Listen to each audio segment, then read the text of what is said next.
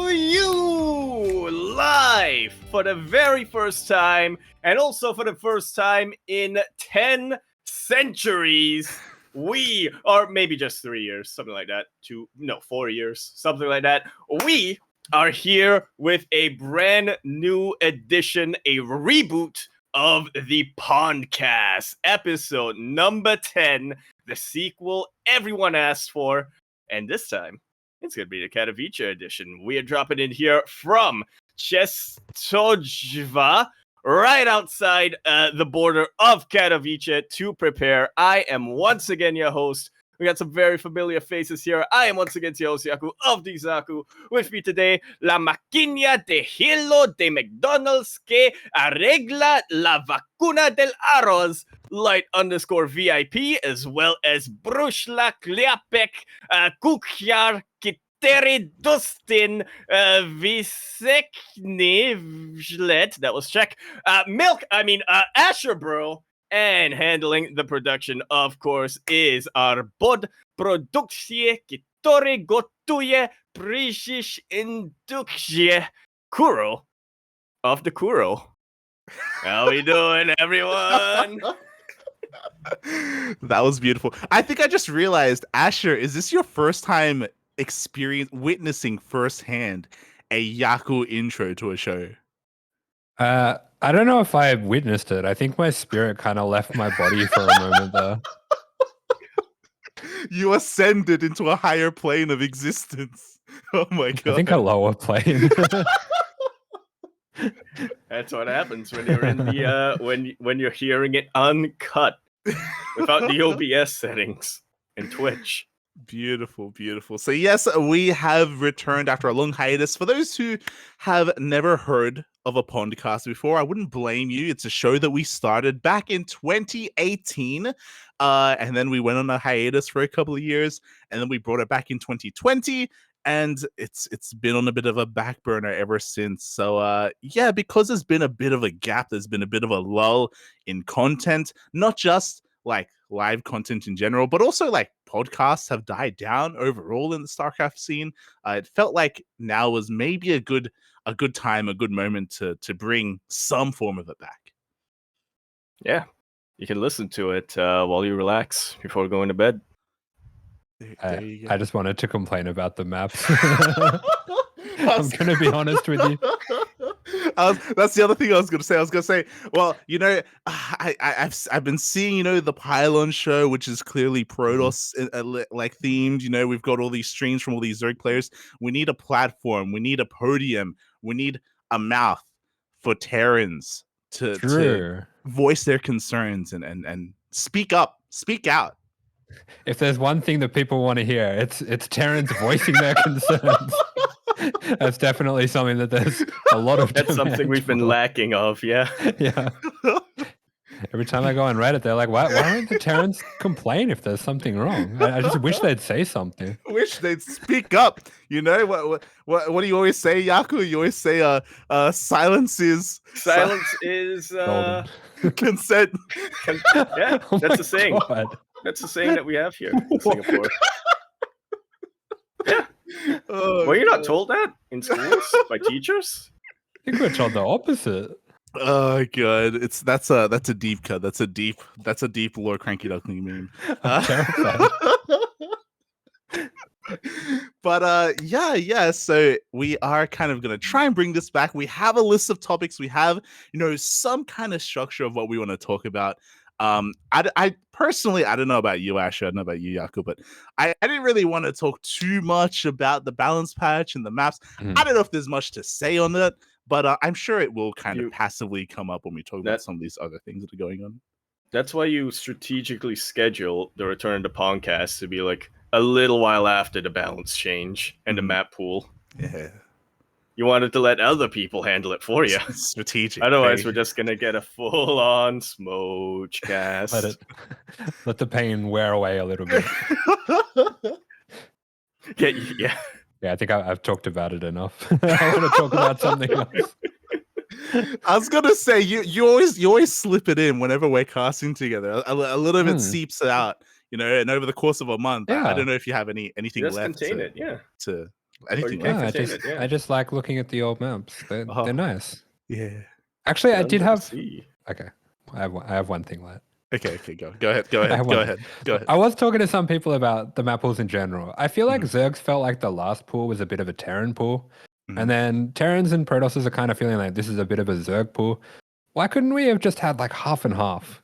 Like half of the maps from last pool with half of the maps of this pool. Uh, And then I- that Because again. it's been a year since the last map pool. But you know what I- I mean, right? Like they Yeah, kinda, yeah. I like how your solution is why don't we get half Terran and half Zerg? What about Protoss? What No. What about Protoss? They're animals. there's Protoss players out there that are like, when can we They'll get adapt. a Protoss pool? And everyone just shuts them down. Can we at least get a door? Oh my I don't god. think what a Protoss pool would be. I don't know. They're animals. Yeah. They're just lucky they're not in a cage. They're just happy that they get to run free across the map. they get they get to play the game, and that should be enough for Protoss players. Okay, that's That's more than most people want. It's what most people Oh get my to do. shaking my True. head. Light never Yeah. gets to play the game. I could never play the game, Poppy. Oh my god. I get what you're saying, and I agree. I think especially with the way that they've changed, because if you remember in the past, they used to keep old maps from the previous map pool. Mhm. That used to be Yeah. a very standard thing. That- And it's only recently that they've decided to completely That- like every time revamp the entire pool. That was when they were introducing new maps like 3 times a year, though. Yeah. Like with Yeah. every major update and with every major patch, it would put in like I think 3 or 4 more new maps. Now it's like Mhm. we're lucky if we get a new map pool once a year, so they might as well True. get their money's worth. Yeah. It's a really weird situation, right? Because I agree. I think that's probably a lot of the mentality behind it is that even ESL are like, yo, we don't know if we can like get more maps after this. Like Yeah. we got to do a fresh set of 7 now because we don't know if we can do that again. Mhm. So I understand that mentality. It does lead to I think a worse map pool overall, but Oh. just because of the situation that we're in, it may just be, like something that we're kind of stuck with. I mean, If we don't know if we're going to get another one. what's your feelings on changing it so close to IEM? Because on one side, I feel like it is exciting that we have so much new stuff going into the season finals, and that is Mhm. going to be like a huge storyline. But I Mhm. do worry that it's going to affect players that might have done well otherwise. I mean, that's I think this is a question not necessarily about balance, but about like the esport as a whole and being a Right. spectator and watching, right? Mhm. Would you rather spend a year on a map pool just for the competitive setting so that the players at the end of that year there's the world finals and then you get to find out who's the best player on that patch and on that map pool and then we move on to the next one? Or do we want to move on as soon as possible and as soon as we can get a balanced patch and as soon as we can get like a map pool, we want to insert that like whenever we can, regardless of like the timeline of like tournament scheduling? I mean, I feel like the patch will be interesting because I think we actually will see new things, but Mm. it just does seem a little bit weird to have that like at the season finals. I know for Dota specifically, they always do their biggest patch of the year after the international, which is the biggest tournament of the year. So maybe like a month after their Well- biggest tournament of the year, they have their biggest patch of the year where they change everything. And then they can kind of work out if their changes were crazy or not as they get towards the more competitive end of the calendar year. Well, I kind of think that the way we do it now with IEM Katowice, where for the past couple of years we did just get a new map pool and get a new patch like just before the world tournament, the world championship, but which I kind of feel is a carryover from WCS back in the day, because back when we did have WCS and especially BlizzCon, we kind of did have our cake and eat it as well. Like you were saying, like, would you rather have a world championship that everybody that's on a patch and on a map pool that everybody is kind of used to, or would you rather have one that kind of refreshes everything? And previously we kind of had both. But now that we only have one world championship, we have to pick one or another. Oh, I Yeah. see. Yeah. Yeah, I have to wonder if I wonder if it's maybe also just because maybe ESL are used to like patching the game in a certain time frame. Like I guess what Yaku was saying is that before it used to be BlizzCon, which is the World Finals, which would happen in October, by the way, like well before the end of the year, and then straight after that, then they have the big patch, and a big part of that as well is because whenever they had BlizzCon, they also had the summit, which is when they would invite all the casters and all the content creators to BlizzCon. And around that period, they would also have like discussions and meetings with all the game devs and talk about where the game should go. And then like the next month, that's when they have the patch and all that stuff. And then that goes into IEM Katowice, which would be stuck with the new patch and the new map pool. But because we don't have BlizzCon anymore, then we noticed it now. It's weird, yeah. Yeah, okay. Interesting. Yeah. What we're saying is we need to bring back a second world championship. Mm-hmm. Yeah, just bring back BlizzCon. Yeah. Well, unironically, that's another discussion entirely, because if you remember, BlizzCon was supposed to be a thing, and there was supposed to be tournaments at BlizzCon for StarCraft, and then COVID happened, so BlizzCon hasn't returned ever since COVID, basically. So it's just I remember that. It's gone. Holy. Yeah, I completely forgot about that. I remember like when they first made the announcement of ESL is taking over the competitive scene, they were like, "Hey, don't worry, Blizzard fans. We might not have a world championship at BlizzCon, but we'll have other tournaments and stuff going on there." And then COVID happened, and a whole bunch of restructuring at Blizzard happened, and we never ended up getting that. I mean, yeah. To be fair, putting it in perspective a little, I do remember Artosis recently actually talking about StarCraft 2 and saying, "Look at StarCraft 2. They get a $400 tournament every week. Like, they've got it pretty good over there. Like, we have to scramble together to put together the $2,000 or whatever it is for the BSL Group War." Yeah. And he's like, "Well, look at them. They get a tournament every week." I'm like, yeah, I guess that's pretty good. The grass is always greener. You don't recognize how good you have it until it's gone. We need yeah, I do think that is like a big discussion that's happening right now about the timing of patches and the timing of maps and what the World Finals should be and what it should reflect. Personally, I like the idea of. I mean, hold on. Hold on. Was the previous IEM Katowice, was that on also a new map pool that had just been introduced? I believe so. It was like a new map pool that was introduced a couple months prior. But at the same time, last year's Katowice took place in March, I believe. So there was a little bit more time. Yeah. Towards the end of March. Because I think this has just been an ongoing thing for Katowice specifically. Yeah. It is a shame that it's the World Finals, I guess. So there's a lot more weight behind it. But I feel like the majority of people that are complaining about this are probably just players more so than anyone. I don't know if the spectators have much of an issue with it. I'm sure people are fine watching like new maps. Like I'm sure they're more excited than not overall. This is completely anecdotal, but I feel like it's been 50-50 between viewers who are for it and viewers who are against it.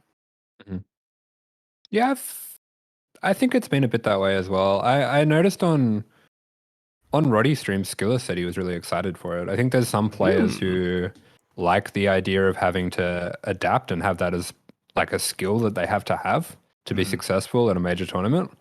I can kind of understand that. I think that's exciting, but I can't not think of like partying in Oblivion with the cannon rush. There was like a one pylon block cannon rush that wasn't supposed to be there. And you're kind of like, is this just a free map win for someone who finds it and decides not to tell anyone? That's the thing though, right? I think people are just concerned that there's going to be something that can be abused in a negative way, and that's going to be exploited in the tournament. I think another thing as well is that this map pool is very controversial, and I think if it wasn't so controversial, then people would be fine with it. People wouldn't care. They'd be like, "Nah, yeah, fine, let's play anyway." But it is so anti-tournament. Yeah, if it was a little bit more, Protoss favored, people would be fine. There are some known issues with the maps as well, which hopefully they'll have fixed by the time that it comes around. But I know there's some maps where there's certain parts of the terrain where you can't see a Burrowed Widowmine. Yeah. Royal Blood, the carpets, that was a huge one. I know, I think May on Fire herself said that she wants that changed before it and she made that map. Yeah, exactly. Yeah. Yeah, I'm pretty sure that they are going to. I'm pretty sure that there's not going to be an update to the ladder maps, but I'm Mhm. pretty sure that they will update the tournament maps that they play on at Katowice. I think that's something that they will do, but we'll have to wait and see. But yeah, that is something definitely to be concerned about. I feel like if there were other exploits, I feel like maybe we would have found them by now. I don't know if there are any like players that are like keeping that to them, have like found something and they're keeping it to themselves and waiting for IEM Katowice. Mhm. I don't know if anyone would do that. Maybe. I mean, Oh, we'll see. As we speak, there's got to be one player who's just like going into the data files of every single map, trying to see what can be done. and the villain storyline, if that did happen. Yeah, true. Well, that in the back of my mind when I was saying that, I'm like, SOS is gone, parting is gone, like, like Yeah. the people that would take advantage of that, like, who am I thinking of? Like, Dark can be a little bit cocky, but like, Yeah. I don't think he's that I kind of player either. Like, I I don't was know. gonna say Max Pax, but he's not gonna fly down. True. Feels bad, man. These Protoss players. Uh, oh god, but yeah. I don't know if there was anything else you wanted to add to that. I don't know if there's anything else that we can say about the maps. Other than if you like them. Yeah, Oh. I think that's been answered. that's my not taking the that bait. question's been answered. Not taking the bait. I think that's enough derailing for me. Okay, we'll get back to it later. We'll get back to it. Oh god, but of course, something that we wanted to cover. This is the IEM Katowice, edition of the podcast. It is in a couple of days. It's in less than a week, I believe. IEM Katowice is around the corner, so we wanted to at least go over some of the big things leading up to it. I guess the biggest thing would be maybe the ESL weekly results. The weekly tournament has been running this past month, and I guess the most interesting thing that I've noticed is that there are certain players that have continued to play every single week, and there's like another maybe even larger group of players that have specifically avoided like showing any of their play like leading up to IEM. Yeah, one that stands out to me, actually two that stands out to me. Obviously, I'm going to be a bit Terran favored because I'm looking to see what the Terrans are going to be doing on these maps. Uh-huh. But I know Hero Marine has been playing a lot of the weeklies as he normally does, but experimenting with a lot of new stuff as well. I feel like he's really limit testing the changes, especially to the Cyclone and to the Banshee. And I think he's using the ESL as kind of a playground to see just what he can get done with that. And I think he won't necessarily be doing it as much at IEM. Mhm. Unless he thinks it's good. yeah, I think that's the biggest thing that kind of like spoke out to me, especially looking at the ESL like America's Weekly, for example. There are a lot of players that you can see that are missing, but like Here Marine is probably like the most active like high level Terran in these weekly tournaments. Like Cure was missing in ESL Asia. Clem doesn't usually play in these. But like some of the other big Terrans that you'd expect to see, like your Bunny, your Bjorn, your Gumiho, they've all kind of been absent. So yeah, it's always a risky thing, I think. But as you said, I think it's a good mentality for Hero Marine to like go into it just like testing and just like messing around with stuff and not really like try harding too much, and showing anything off. Yeah, I you think might, I have. Sorry, you go, Yaku.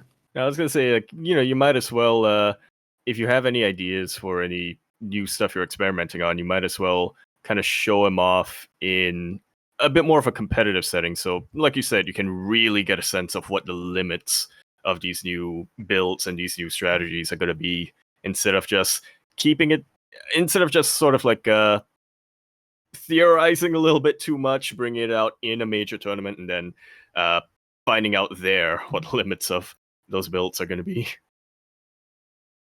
Yeah, totally. I mean, I think there's probably enough money and EPT points on the line that people are going to play pretty seriously against it. So you get a good taste of what people are going to do. And I mean, Hero Marine's going to get to play against Darks, or in this case, Sue, actually. Sue, 2-0 Dark. That's crazy. Yeah.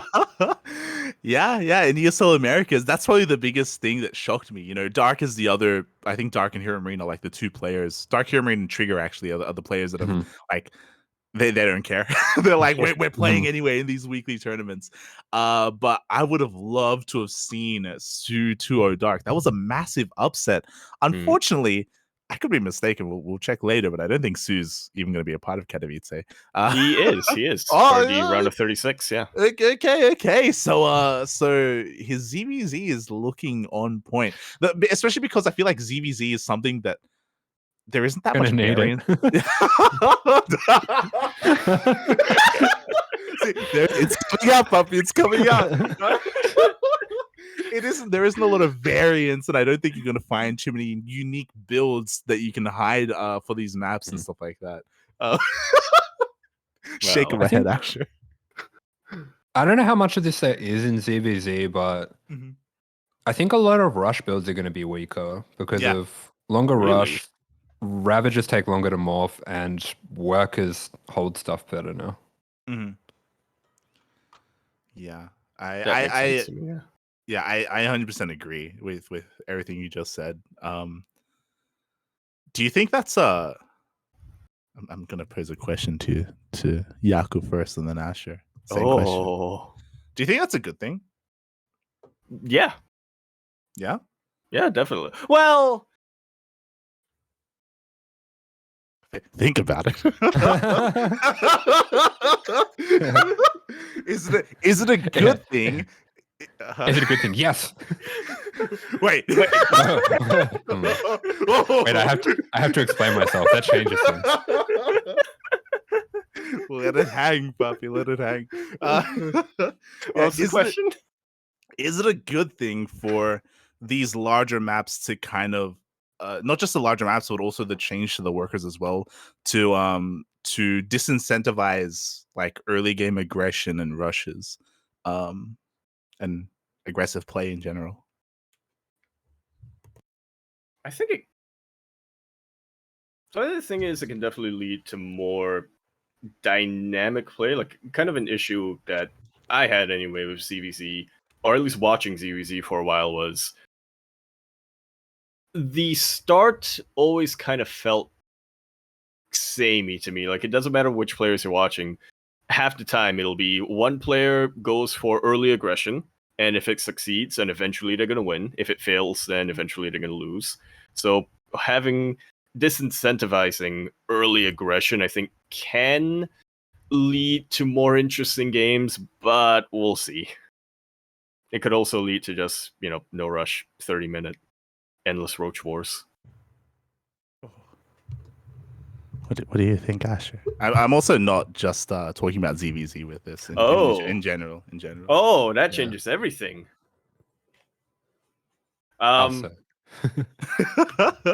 in that case, I'll say I'm for it when I'm not doing a rush, and I'm against it when I am doing a rush. Yeah. You're animals, mate. You're animals. Okay. Well, I don't like it. I think it's a really bad change. I think anything that reduces the amount of strategies that you can play is going to be bad for a tournament. It might be nice for ladder because it makes things a bit more steady and level, and maybe you can micro your way out of a bad situation if you're a better player or something like that. But I think for tournament play, it's going to reduce the amount of different strategies that we see. Like, there's certain builds that I think just aren't viable anymore. Like, I think 12 pool drone pool is just dead now. I think Turax is just dead now. I think Cannon Rush is just dead now. And I do think that reduces some like hype moments. But then at the same time, like, as I say, 12 pool drone pool is dead. That kind of sounds good when I think of like Dark and Rogue best of fives, where like three of the games will be 3-minute games where they just 12 pull each other. Probably not a bad thing if that doesn't happen. Yeah, we'll see what players do and how players adapt to it, I think, is before we can make any big conclusions. Yeah, like for me, like when I look at the new map pool, I don't really care too much about of course you don't, sir, about balance in a way. Like whether the map pool like favors Zerg or doesn't favor Zerg or favors Terran or favors Protoss, that's not really how I look at it. I look at it more of what is better for the viewer and for the esport and like what's more entertaining and stuff like that. And I do think that if the meta shifts in a certain way where the early game and the early to mid game is more stale because of the new maps, then I think that's a negative thing. Because then like the worst thing that I would think when it comes to the meta is if like all the ZVTs turn into like Mario ZVTs, like if you like on Data C, you know, I think they will. yeah, you know what I mean though. Like Uh, the amount of Dark versus Marios that we saw in Data C, where Turtle Mario Terran. he attacks and then the attack fails and then he backs off and then he turtles for like 20 minutes and then maxes out and then pushes out. Like I don't think that's a good thing for the game. I feel like, funnily enough, I think it was Beyond doing that more. I reckon I saw Mhm. about 5 different 40-minute Dark vs. Beyond games on Data Yeah. C, and Yeah. they're all quite Yeah. similar. Yeah. Yep. And because of that, I don't think Data C was a good map. Like that, like Yeah. I like it was like Data C was considered quote unquote balanced, but I don't think it was good. I don't think it was entertaining. I Yeah. don't think it was good for the esport, if that makes any sense. Yeah, I'm with you on that. Like, just because it's theoretically good for both players of any race doesn't mean that it leads to. Like, it is balanced Mhm. if you play a specific way that the map encourages, but if you Yeah. don't, then you know. Yeah, and it just so happens to be that that style of play isn't very exciting. Yeah, and for me, like that's something that I care more than like quote unquote balance. You know, like I enjoyed casting. I haven't enjoyed like Moondance or even Stargazers. Even though Stargazers you can end up in these split map scenarios, but because there's so many other things that you can take advantage of, it wasn't like every Stargazers game you would get like split map 30-minute or 40-minute games, you know, like there would be so much more variance there, and I think that's a positive thing. And I know that that's something that players didn't like, and that's why it was like the most vetoed map. But like, to be fair, like that's like the polar opposite of Data C. Yeah. You know. But like, I don't want more Data C. I don't want more maps that that don't encourage aggression early on, just because it may make things boring. Yeah, I mean, Stargazers was a really exciting and dynamic map, and I think I don't mind that most people veto it because I think that's what a 7th map in a best of 7 should be. It should be a map where you need to have pocket strategies, like specially prepared for it. I like that a lot more than like Pride of Altaris, where it's like if you get to the best of 7 in a TVZ and you haven't won by the 7th game, then the Zerg just wins the last map, and it's just like, oh, okay. Like Mario vs Rogue was so sad because it was so neck and neck, and they were 3-3, and the last game's Pride of Altaris, and Rogue just wipes the floor with him. Yeah. Yeah, I think we had that discussion, I think, in our most recent cast, where like that's happened before, where the 7th map in a map pool is so bad that a series can be so hype, a finals can be so hype and go to game 7, and then it has the most lackluster finale to a best of 7 just because of that last map, which is a shame when that does happen. Yeah. I'm a little concerned that altitude might be that map. Yeah. But at the same time, the other thing that I guess we haven't mentioned that is really good for watching the games on these maps is there's not that many natural ramp maps. Yeah, true. So that's going to make PvP at least, and probably the other matchups as well, a lot more dynamic, because I got to say, I was getting really sick of casting PvP on ramp maps. Like it's really boring. Yeah. Yeah. You don't like Gate Expand versus Gate Expand? You don't?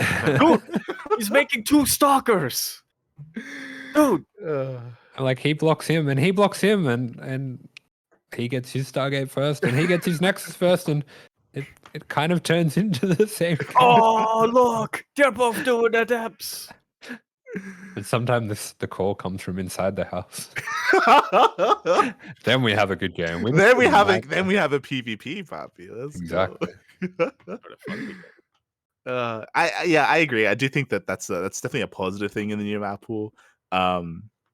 Yeah. I don't know, just things that I wanted to pose. I think it's personally, I think it's too early to fully cement like whether it's going to be good or bad. Like I don't think we have enough enough like data yet, especially because so many players have been avoiding these broadcasted tournaments leading up to IEM.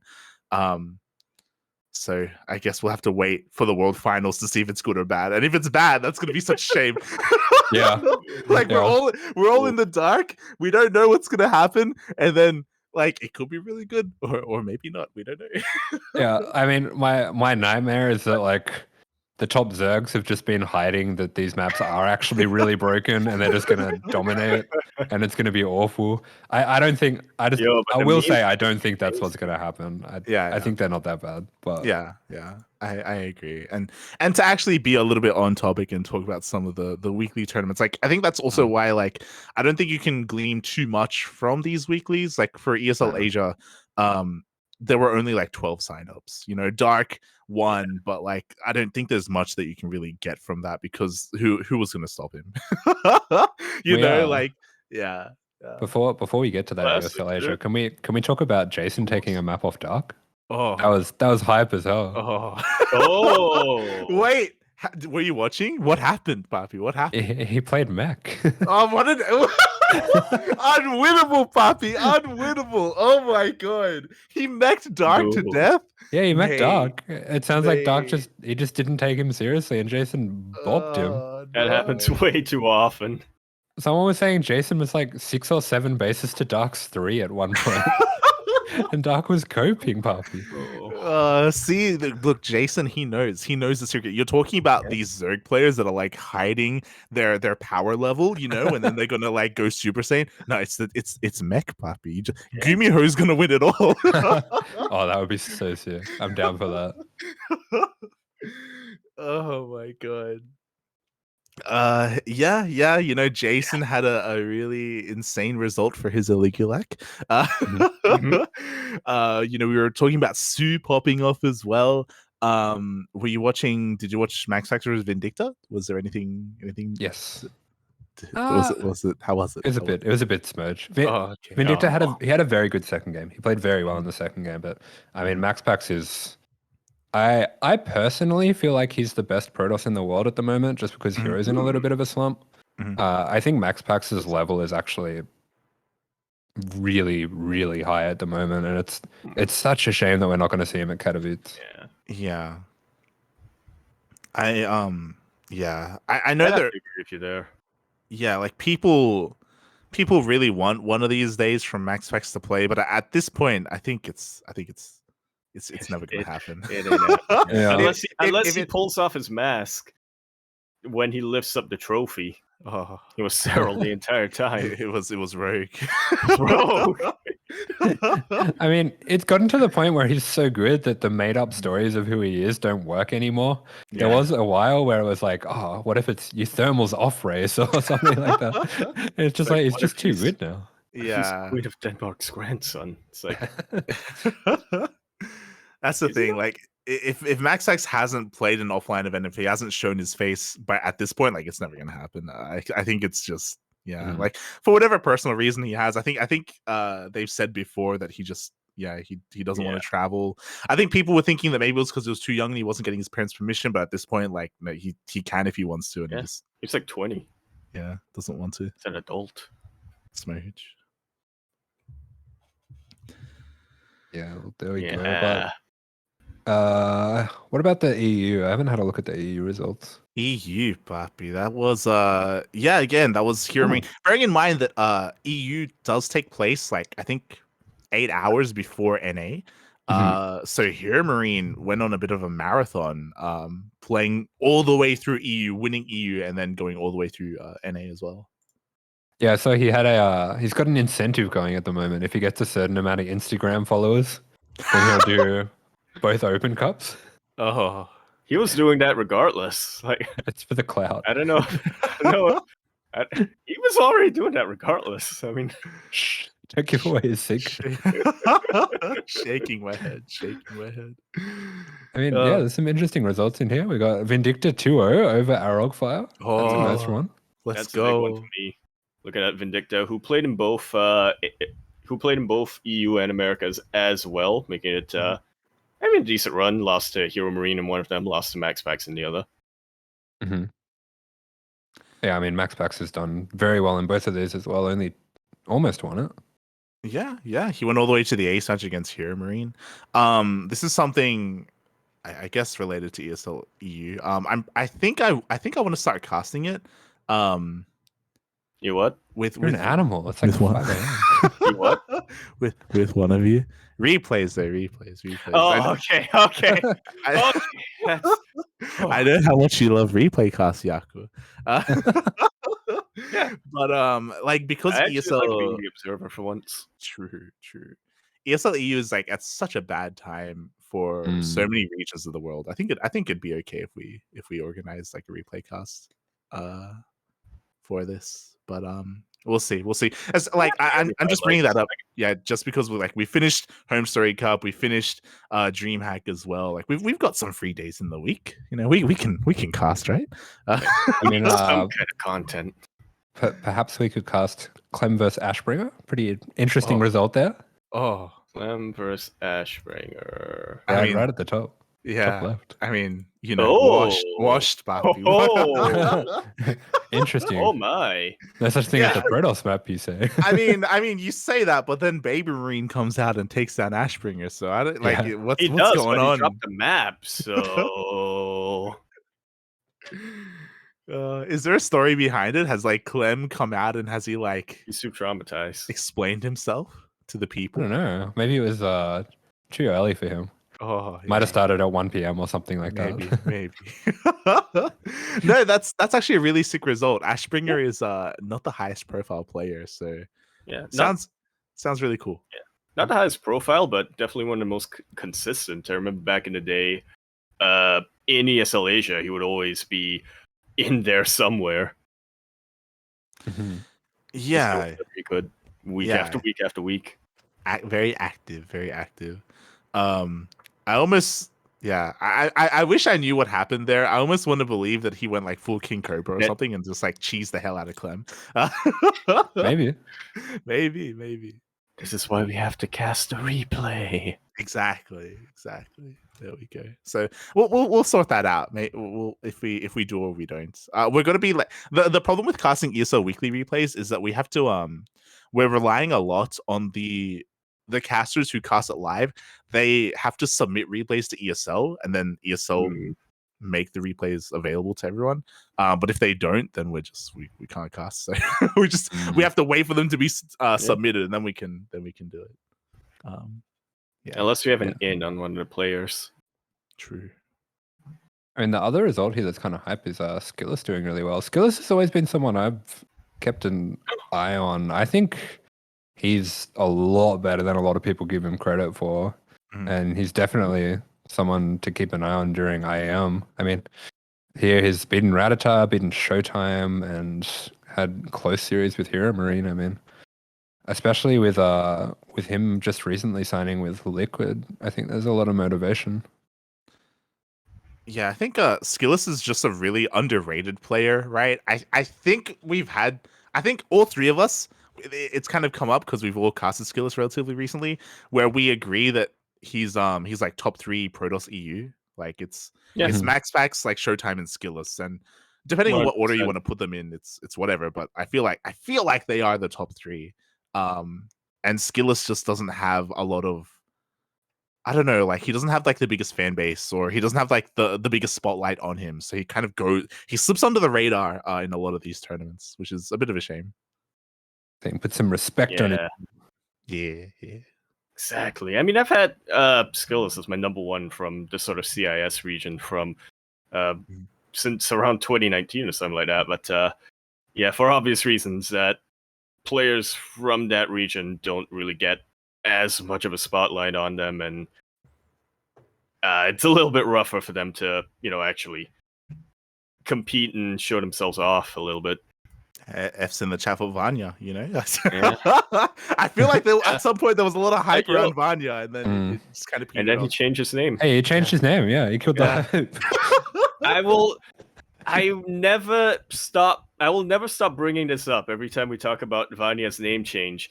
I want to point out, he said specifically when he changed it to Ratata, I want a name that will reflect the skill and what I'm and my skill and what I'm able to offer. I'm like, no, Vanya, we believed in you. What a clown. Oh no. Oh my Oh, god. Raditz, sorry, we believed Yeah, in you. shaking my head, Raditz, shaking my head. Oh god, yeah. I mean, we'll get into it, but imagine changing your name halfway through your career. True. Who knows that? Animals, Buffy. Yeah. After you've gotten a huge fan base, yeah. It's, I feel like halfway through your career is not the time to do that. Yeah. Uh-huh.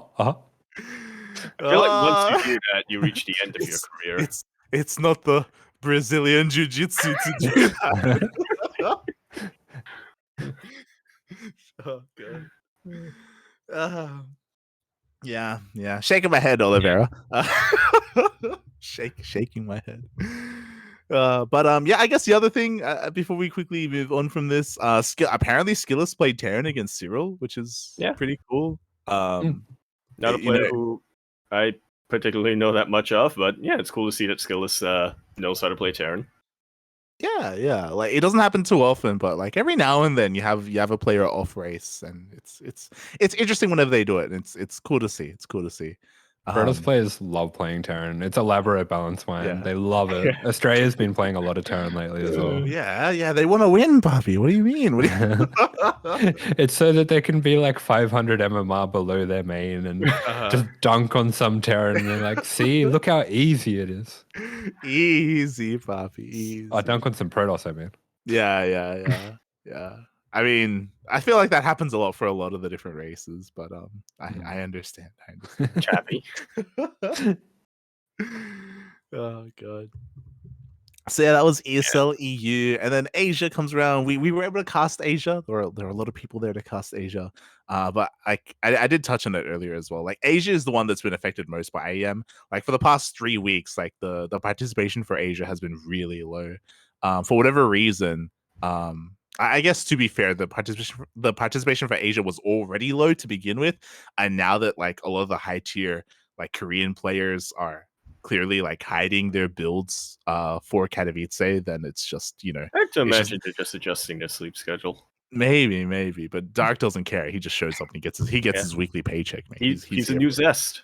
Yeah. Hey, Dark just marauds the plains. Mm-hmm. Has he still got the mustache? He does. Yeah, remember?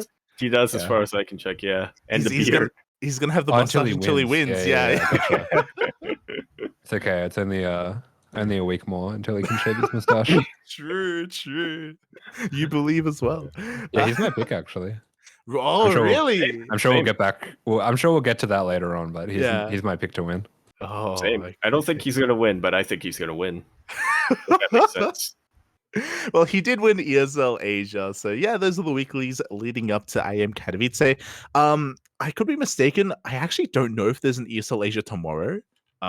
It'd be kind of weird if there was. Hold on. According to Wikipedia, there is. Oh, well, there you go. I'm pretty sure the ESL Open Cups are scheduled normally throughout the IEM as well. There we go. Thanks, Kuro, our information fairy, coming in here. Unless they will update it because there will be no one to admin, I don't know. But last I checked on the website, they were there. Yeah. Oh. Did the chat hear you, Kuro? Yes, they did. Forgot about that. Okay. So yeah, okay. I don't know if we'll cast it. You know what? If Chase is awake, I'll cast it tomorrow with Chase. But I don't expect the signups to be too high. Feels bad, man. Feels bad. There are already 7 players signed up. There you go. 7 players. Gonna check in. Just tell Chase that you want to play RuneScape tomorrow at 1 p.m. True. Let's go, Papi. Let's go.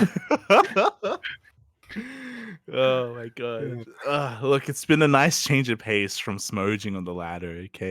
I haven't heard you. I haven't heard from you in weeks, Papi. I know. I think we've lost you a little bit. I'm conch, Papi. I'll stream again one of these days. I was supposed to stream today, and then I slept at like 4 p.m. 1 p.m. Sorry, I felt went to bed. Yeah, from there.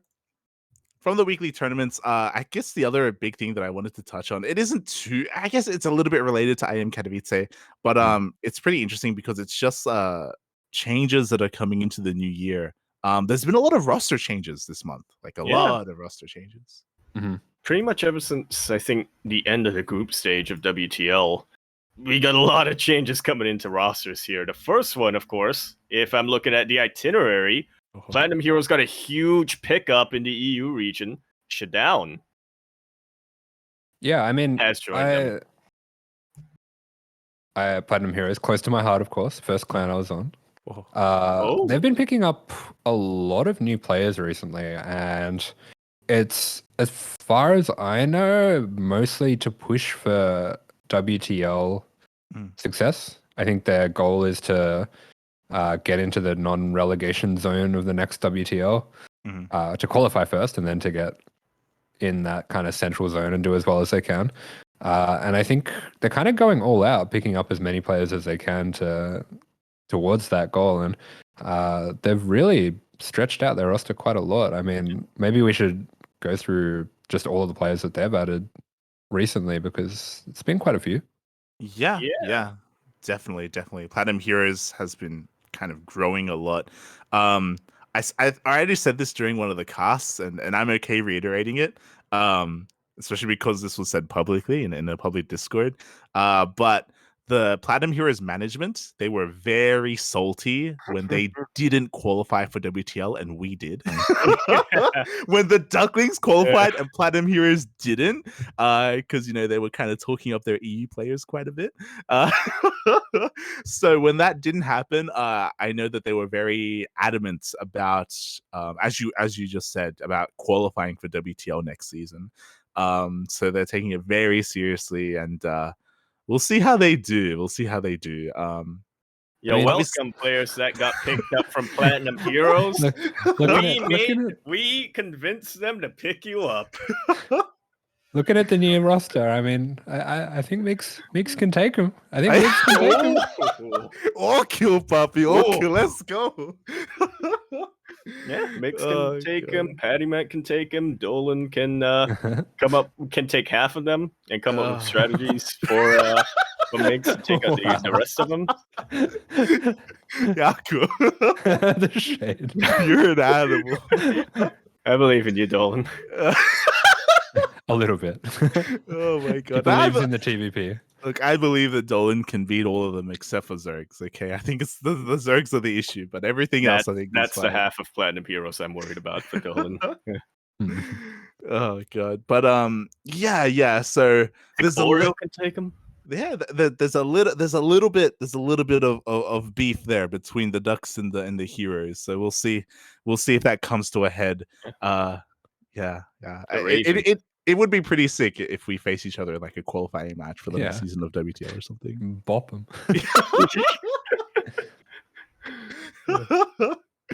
Oh god, but there were also other players that got picked up by Platinum Heroes as well, right? Yeah, so they picked up. Good. Yeah, they picked up 3 Point, Stephen Curry, and Eggs as well. Eggs was definitely a player who I didn't expect would get picked up by Platinum Heroes in a while, but once I saw the announcement, I'm all for it personally. Yeah, I thought it was really interesting because I always think of Platinum Heroes as like an EU clan, and I feel like they were kind of branching into Korea with 3 Point and Stephen Curry, who I know kind of came as a package because they're very close friends. They kind of wanted to join together. I did not expect, an AO Latam player. America. Yeah. I think it goes to show how desperate Platinum Hero. It's really cool that they're expanding their horizons. I'm always an advocate for supporting some of the other regions like Korea and Latin America and North America as well. I'm always about that. I'm always about spreading the love. So yeah, it basically looks like they're picking up the scraps from Team Super. If you remember, a lot of those Koreans were on Team Super. A lot of the Latin Americans were on Team Super as well. And when Team Super kind of imploded, there were a lot of players that were just kind of thrown around into the abyss. Yeah. So it's nice that they're finally getting picked up. They said Light's Peruvian. You got any Peruvians we can pick up? Well, we had Neo before he became we a had lawyer. Neo, we had Ryu as well. Ryu Yeah. before he became a student. Although he is coming back. He's been playing a lot more. He's been laddering quite a bit. He's been streaming. True. Oh god. So yeah. I was really surprised that that Eggs joined, especially because it's like tangential to that. A new team was formed, Daredevils, like a couple of months ago. And Kura and I, we did a little bit of investigating, and Daredevils is actually owned by the same guy who owned Cosmos Esports a couple of years ago. And if you remember Cosmos Esports, they also had Eggs on their roster, and they had Patty Mac as well. Patty Mac used to be on their roster. This was like in 2020. And then they ran out of money, and then they dissolved and they disbanded. But it makes sense for them to pick up Eggs again because they had that connection, but it was like a short-lived connection apparently. Oh yeah, I can see that now. I saw that Daredevils picked up Control, but as a content creator, which I thought was interesting. Yeah, I saw that, and the first thing I thought of was, wait, didn't Control retire? And I thought, right, as a content guy. I hit him on ladder the other day.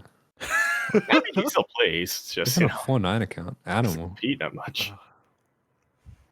Yeah, it's kind of weird, right? Like because Control did kind of announce his retirement, but apparently he's going to be streaming. Maybe he's going to get into casting. I don't know if you remember, but I think I was casting with you, Asher. We were casting. Yeah. Were we casting the show match? Nah, Control played versus Azure versus Craig.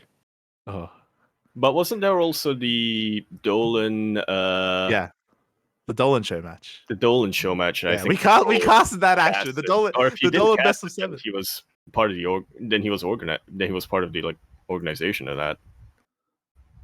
It was, yeah. Dolan versus Mondo. Oh yeah. Yeah. When we were casting Dolan versus Mondo a couple of weeks ago, if you remember, Jinio was casting it, and then Control hopped on to co-cast with Jinio. So I guess what I was getting at is that maybe Control is going to look to become a Korean caster.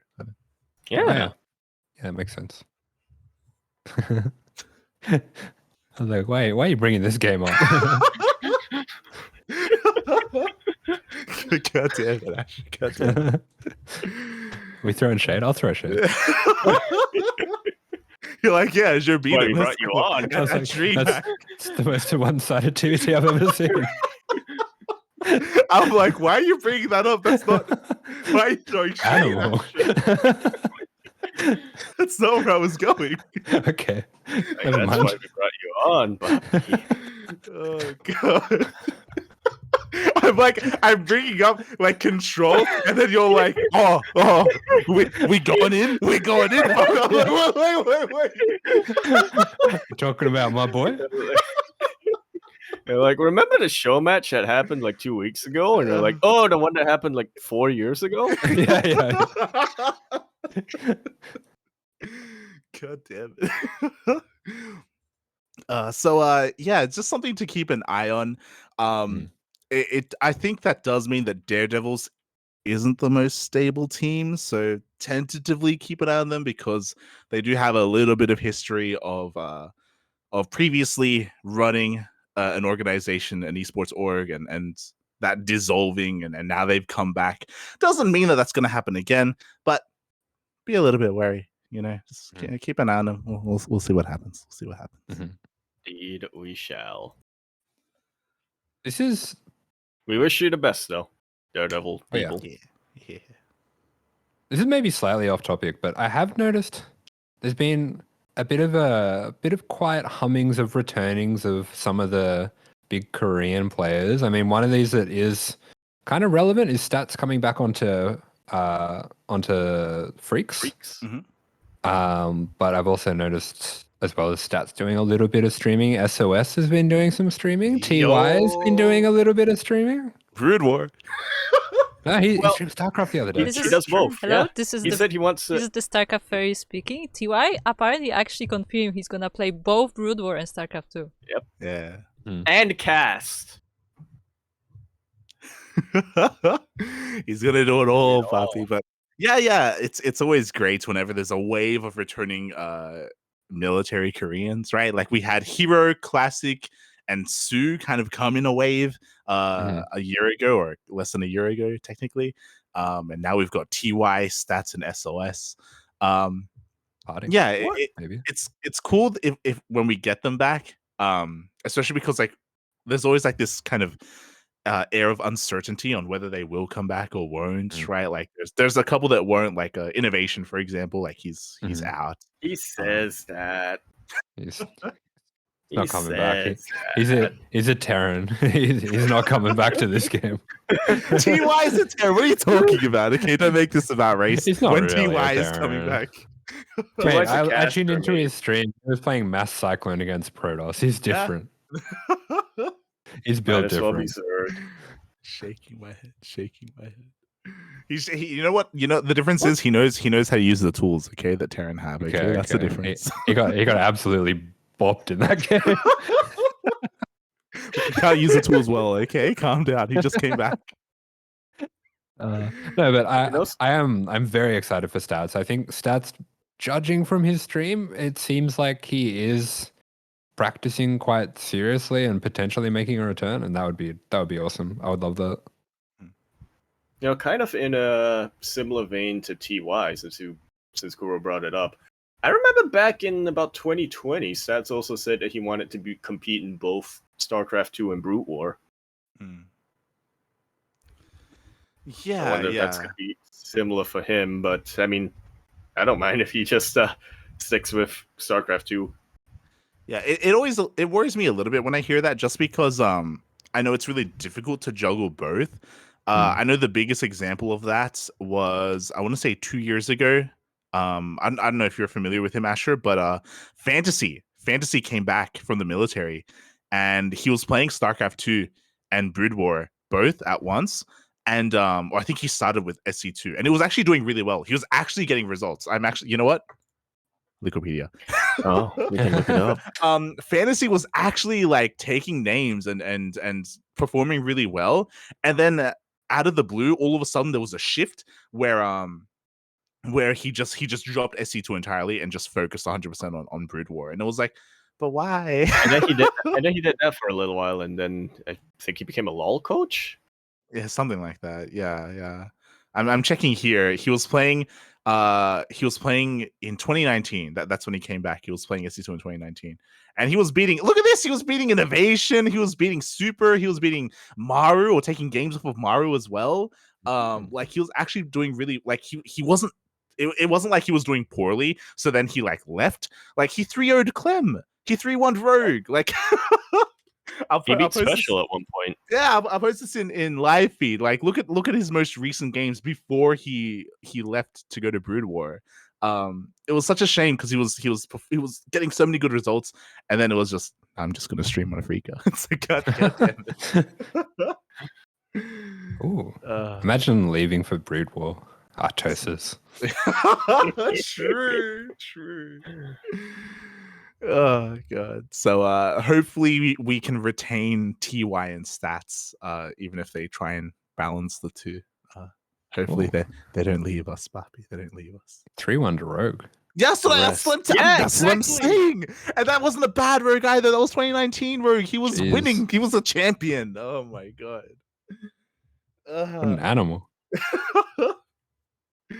Why is this? Sorry, why is this tournament called BJ Destruction? What's going on there? Because it's hosted by BJ or by the broadcast jockeys. Yeah, BJ is a Korean term. It's not what you think. Okay, can you get your mind out of the gutter? Yeah, it was just BJ Destruction. It's a vivid picture. It's very distracting. That's what I'm saying. Fantasy was BJ destroying people. Like, it was crazy. It was the BJJ. It was the jiu-jitsu. He knew. He knew before Oliveira knew. He knew. Wait, but then it's BJD. Oh god.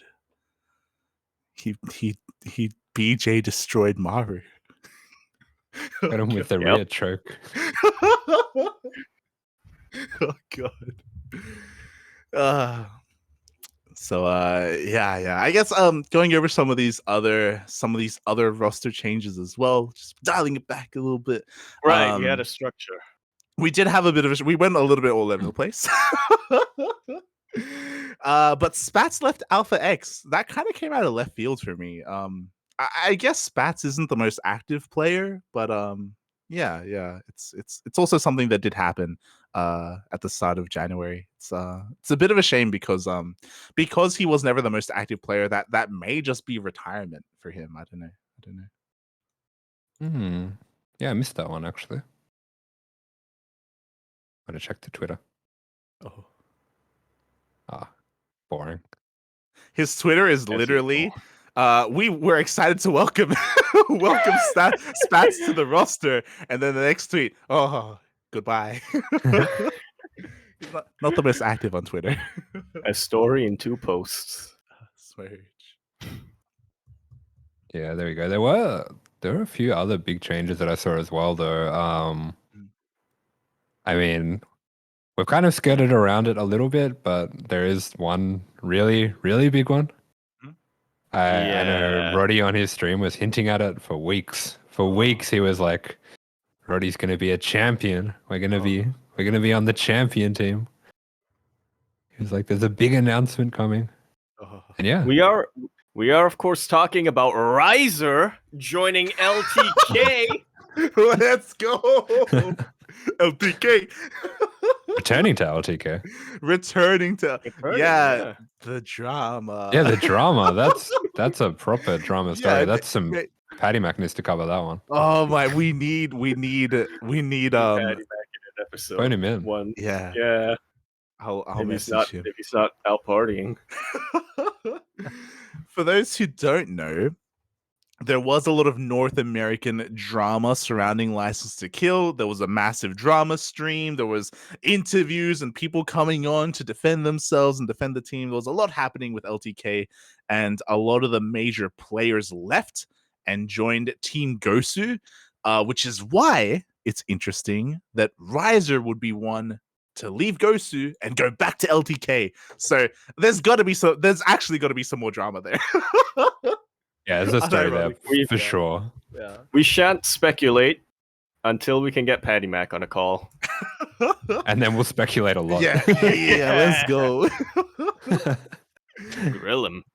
Oh my god. So yeah, interesting that he would rejoin. I wonder if he was offered a salary or not. I know that was another thing when it comes to the drama that was revolving around them. Yeah. We need the story. Yeah, it's a spicy one. Hmm. But of course, I was referring to Sterile. Sterile joining Basilisk. Yeah, that's kind of a big deal, I guess. Who cares? It's like just the top player in the world was on the same team for like 10 years at this point. Joining a new team. But yeah, I mean, we got a lot of different revelations, but that was really the one that came most out of left field for me. Not just joining Basilisk, but the fact that he even left Ent to start with. Yeah, they must have offered him quite a lot. Yeah. They must have offered him something more than sponsoring a golf tournament with his name. He gets a whole golf league, mate. It's crazy. They give him an offer he can't refuse. Oh, they were gonna break his legs from Tiger Woods. Asher. they found out his home address and they threatened him. Oh no. That'll do it. Oh god, they threatened to make the next patch a Terran patch. Oh. If you don't join Basilisk. Well, I mean, people in the cabal. I think the thing that is really exciting about it is that Basilisk now has Serral and Trigger, and the fact that they're picking up players I think with no ESL announcement yet, the only reason you'd be strengthening your team, I would think, would be to aim at WTL. So I feel like they have to pick up a third player. Unless Roddy decides to, jump in every now and then. They've already got a third player. What do you True. mean? For the time being, he is just, listed as content creator. But I mean, Roddy's not bad. Yeah, it's strong. I don't think he'd want to. He probably, yeah. Oh my god. Yeah, I guess the other thing about that, the most exciting thing, because originally Basilisk, if you remember, they announced that they signed Trigger. Like that was the first thing that happened. I was like, oh, that's cool. Trigger, he found like a sponsor. Trigger, he at the time he was unpaid. He was on Root Gaming. He was looking for a new team. He had just left Team Super, who remember, and they imploded. Like Team Super isn't a thing anymore. So Trigger, as a top player in NA, he was really struggling to find someone to support him. So when Basilisk came out initially, I was like, oh, cool. Maybe they're just like an NA SC2 like fan or something. They've got some money to throw around. That's really exciting.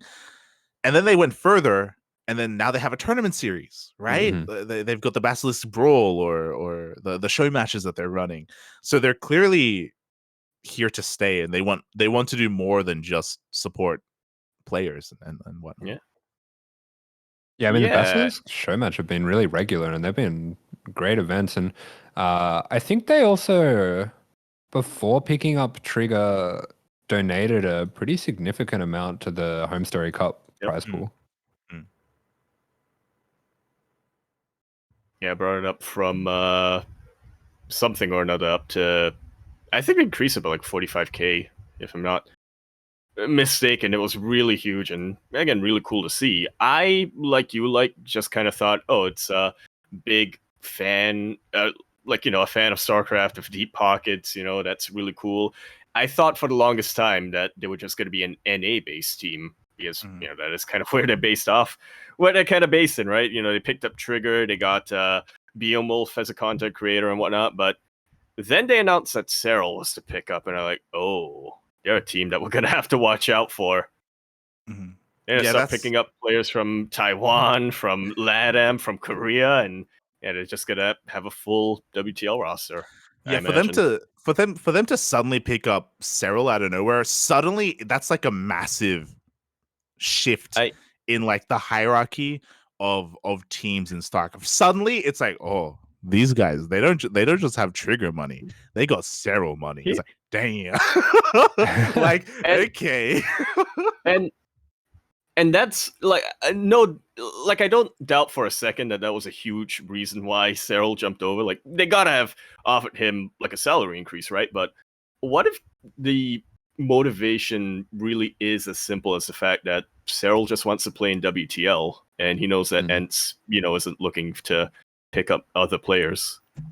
Yeah, I'm sure that's definitely a factor. Like Ents, 100%, they were only interested in like the Finnish esports scene, and if there aren't any high tier like Finnish players, and they're not going to pick them up. So I'm sure that also played a factor. I'm sure alongside a hefty salary. So now let's speculate a little bit here. If Basilisk, if they are indeed going to play in WTL, they do need one more player. It's not going to be Roddy. Roddy, we love you, but it's going to be someone else. I have a suggestion to make for the guys over at Basilisk. Recently, a top Zerg player from the Taiwanese region did become a free agent. Oh! I'm talking Rex. Oh. It is an option. It is an option. I'll be honest, mate. If they got Cyril money, I love Rex. I love him dearly. He's a great guy. He interacts with the OCE scene every now and then. I don't think they're gonna settle. I think they want another big name. I think they want another top 5 in a region player, like in a big region. Maybe even in a Korean region. Yeah, I've got one. Go for it. Bunny. Oh, they're missing a Terran player. They're missing a Terran. They're missing a Korean. It would be the trifecta. It's the year. Bunny, Papi, Bunny. Let's go. Yeah, Basilisk, if you're watching. I'm not really sure what's happening with the MV players. Like, I feel like Yeah. Bunny definitely could get picked up, right? Like, he's Yeah. essentially free. Yeah. That's Pretty the thing. much, I mean, I was just gonna say, Team NV right now is essentially operating as a club. It's or as a clan. It's currently called Club NV, and it's usually just players who join in game just to do stuff together. Pretty much. I'm pretty sure they do provide some specifically for Bunny. I think they do provide like flights, but like he doesn't really have a stable like salary with them. That's the thing. Like depending on how in the know Basilisk are, I don't know if they know that Bunny's an option, because I agree 100% Bunny is technically he's not technically a free agent, but he's approachable. And if they're aware of that, I do think that he would be a perfect fit for Basilisk. I just don't know if they are aware of that. We need to lobby them. Because I don't think Bunny is one to reach out to them, like they would have to reach out to him. So I hope that happens. Yeah, I mean, if they don't, I feel like someone else might, maybe Onside would. Because I hope this does feel to me a little bit like when Onside picked up Maru. Like we heard of Onside and we're like, this is a new team. Like maybe they're gonna like pick up some content creators or like get some players from like old Team Super or something, and then they're like, "Oh, we got Maru," and it's like, "Oh, okay." They're not playing around. Yeah, they got Maru money. 100% Basilisk does feel like the next Onside, which means if Basilisk do get a third player and they do play in WTL, then F's in the chat for Platinum Heroes. Because they got upset that they played against Onside, because Onside was the new team. So Onside had to play through the qualifiers of WTL, and they were upset that they had to play against Onside. Mate, if Basilisk joins, that's gonna happen again. I'm cool. Yeah, I can. Without naming any names, I can reveal that was happening in the general chat when Cyril, when it was announced he left Ents, but it hadn't been announced yet that he was going to join Basilisk. They were like, please just let him join like Onside or like one of the big teams. Like don't put him on a team that's not already in World Team League. We're gonna get done again. Let's go. What did they do to just invoke the wrath of the StarCraft gods? True. The Smurf teams in the WTL code. Oh my god. The other, I was just quickly double checking the other one because I was like, who else is on NV that's worth picking up? It's Bunny and it's Creator. Well, let's not forget about Creator. Oh yeah, Creator, a player who made it to the finals of a GSL this year or last year. Like he's not just any kind of random Korean. Like he's definitely a top tier player, one of the best Protosses in all of Korea. Yeah, he was straight up the best until Hero kind of came back and took it one step further than Creator did in the next season of GSL. Creator made it to the finals. Hero won the finals. Yeah, I mean NV's got a few players. They've got DRG as well, don't they? Is he on a team? Yeah, Dongregyu. That's the other one. Dongregyu, yeah. It's DRG, Bunny, and Creator. Yeah. I had to like double check in my mind because wait, DRG, wasn't he from Team GP? I'm like, oh wait, no, I'm thinking of DRG Ling. Yeah. So they are definitely players that could definitely be picked up by either Onside or Basilisk. I think we're definitely looking at Onside to pick up another player just because they are active in WTL. Mm-hmm. I mean, I say that, and also because Rex left. Wait, yeah. I mean, how could I forget? Rex may have left, but mate, the tuna has risen, Papi. The tuna joined. Let's go. Just before IEM Katowice. I love that they used Tuna as the teaser as well. Like they had the jersey with Nut at the end, and people were like, "Is it Nina? Is it Ragnarok?" I'm just gonna say to people, it was obvious by the fish emoji. It was very. Posted. If you were still speculating after that, then you don't watch Korean StarCraft. If you saw the fish and you didn't know that it was a tuna, then mate, what are you doing with your life? You're probably doing something better than me. That's what I'm telling you. But it's really cool. It's really cool to see Ryung coming back. I know that I say we, like myself, Yaku, Steel, Yeah. Kuro, like all the Ducklings were all really excited Yep. just because there is that connection of Ryung and Crank and the CranKy Ducklings. It's not showing up because of my background, but yeah, I have Ryung on my spacebar. Yeah. Yaku actually has a Ryung keyboard. And real as he tries to. I might just send a picture to Kuro. Okay, there you She go. wants to. I don't think she'll show it because it'll mess up the thingy. But True. I'll just put it in there. We've got a lot of love for Ryung, so it's really cool to see that he's rejoining Crank on On-Site Gaming. They have been obviously casting together for the past couple of years. Ryung always shows up every now and then as like a guest, and they have been really good friends for a long time. And Ryung has been very active ever since he came back from the military. But it's cool to see them coming together.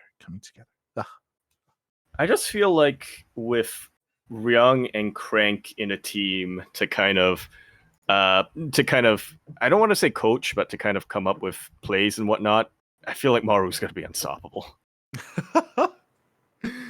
True. Maru with Ryung whispering in his ear. Oh, let's go. It's like he was already kind of doing that, but now he actually can with impunity. Yeah. So maybe On-Site won't be looking to pick up another player now that they have Ryung. It's maybe less likely now that they would pick up some of the other Koreans. Should pick up Percival, the apprentice. Save him. Save him, Papi. I guess touching on Percival, give him a permanent home. Yeah, it was his old team, but speaking of teams imploding, Team GP haven't officially disbanded, but they did get rid of basically all their pro players. Yeah. Team GP, they go. No, I was gonna say they have sort of let go. Yeah, pretty much all of their players, including Cham at this point, if I'm not mistaken. But yeah, it does seem like they are kind of branching out a little bit and investing into sort of other resources, into sort of other esports for the time being. Yeah, it's been known behind the scenes and it's seeped out a little bit into the public. But Team GP have historically been had a lot of financial issues. Since its inception, basically, there's been a little bit of drama surrounding them as well. You know, Team GP, they've always been a little bit rocky. So for me to hear that that DRG Ling, Prince, and Nightmare all left, and Ryung left as well, it's no surprise. I was waiting for it. I was like, when are we gonna see the last of it? And yeah, I mean, I wish them the best, obviously, and I would prefer it if everything was okay, but they didn't have apparently the best management of their resources for StarCraft at least. It's a side tangent, but I like in the farewell announcement for Nightmare, he's still wearing his Team NV jersey. He never got a GP jersey. They never gave it to him. Smurge. Relatable. We sent it to you, mate. I need you to go to your local post office and be like, "Do you have something for me?" It's gonna be there. It's gonna be there. No. We sent you the jersey at the same time that we sent Dolan his jersey, and Dolan's got his. Oh dear. Just saying. Look, US I never got a card versus Aussie Post. You know, what does that tell you? It's gone. It's gone. Someone, you gotta go to your local Someone's post office. wearing it. Yeah. the guy who attends you is gonna be wearing your jersey. I'll be like, I'm looking for a jersey for AsherBro, and he's like, I'm AsherBro. Like, no, you're not. Like it says so right here. You can't counter that. What are you gonna do? He's got the name. He's got the jersey. Like his name. You don't got ID. Oh my god. A proof of ID. Yeah. A bit of a shame. That the players were let go. I hope that all of those players, Nightmare, Prince, and DRG Ling, and Cham, and everyone else, I hope they're able to find some nice homes. You know what? Maybe Platinum Heroes can pick them all up. Yeah. Maybe they can sweep them up. Oh yeah. Wait, then Nightmare's they're hot property gonna at the moment. qualify for sure. Nightmare's what? Nightmare's hot property at the moment. He's been doing good. Yeah. He's active, very active. Very true, very He true. is. DRGling and Prince, they're like the 2v2 players, like they've not so much, but Nightmare, he's been performing really well. For the longest time, Nightmare was the PvP sniper. There are a lot of Protoss players in WTL. In the world. In the world, just they're everywhere. Not for long. If we can do something about it. Outside of that, I think we've covered everything other than the big one. It's a bit of a shame that I had to use the word implode so often. Senthex disbanded. And that hits a little bit close to heart because especially casting the OSC King of the Hills, like the Senthex boys, like it was always a pleasure to see them. So it's a bit of a shame that their team doesn't exist anymore. It really does. I mean, there has been a bit of a tweet longer sent out by Electro Eel, kind of mentioning a couple of issues that Senthex has had. Kind of puts a whole new perspective on no money. Oh no. No mercy, the player from Germany. It's too real, Papi. It's too real. No mercy would sometimes play under the name of no money. Yeah, no mercy. He was trying to reach out to the world. He was trying to tell us. We thought it was a joke. It's like the what is it, the Squidward meme where he kind of like glances like it's all okay, and then he glances back and it's like, wait a minute, where it's just like he's like, oh, I'm gonna change my name to No Money, and the team manager's like, yeah, me too. He's like, wait a minute. Oh god, he didn't understand, Papi. He didn't know. It was a cry for help. We didn't know. It is a bit of a shame. For those wondering, Senthex was mainly the trifecta. It was Soon, Shark Ripper, and No Mercy, the three German Terrans. There were plenty more players, but those were the three notable that I recall. Holy Hit was playing for them for a little while, but I guess in different kind of tournaments. Mm-hmm. Yeah, Holy Hit as well. He's a very popular streamer, a German streamer, Protoss. Thankfully it does look like they did kind of branch off and make their own team. I believe it's Conjure underscore GG.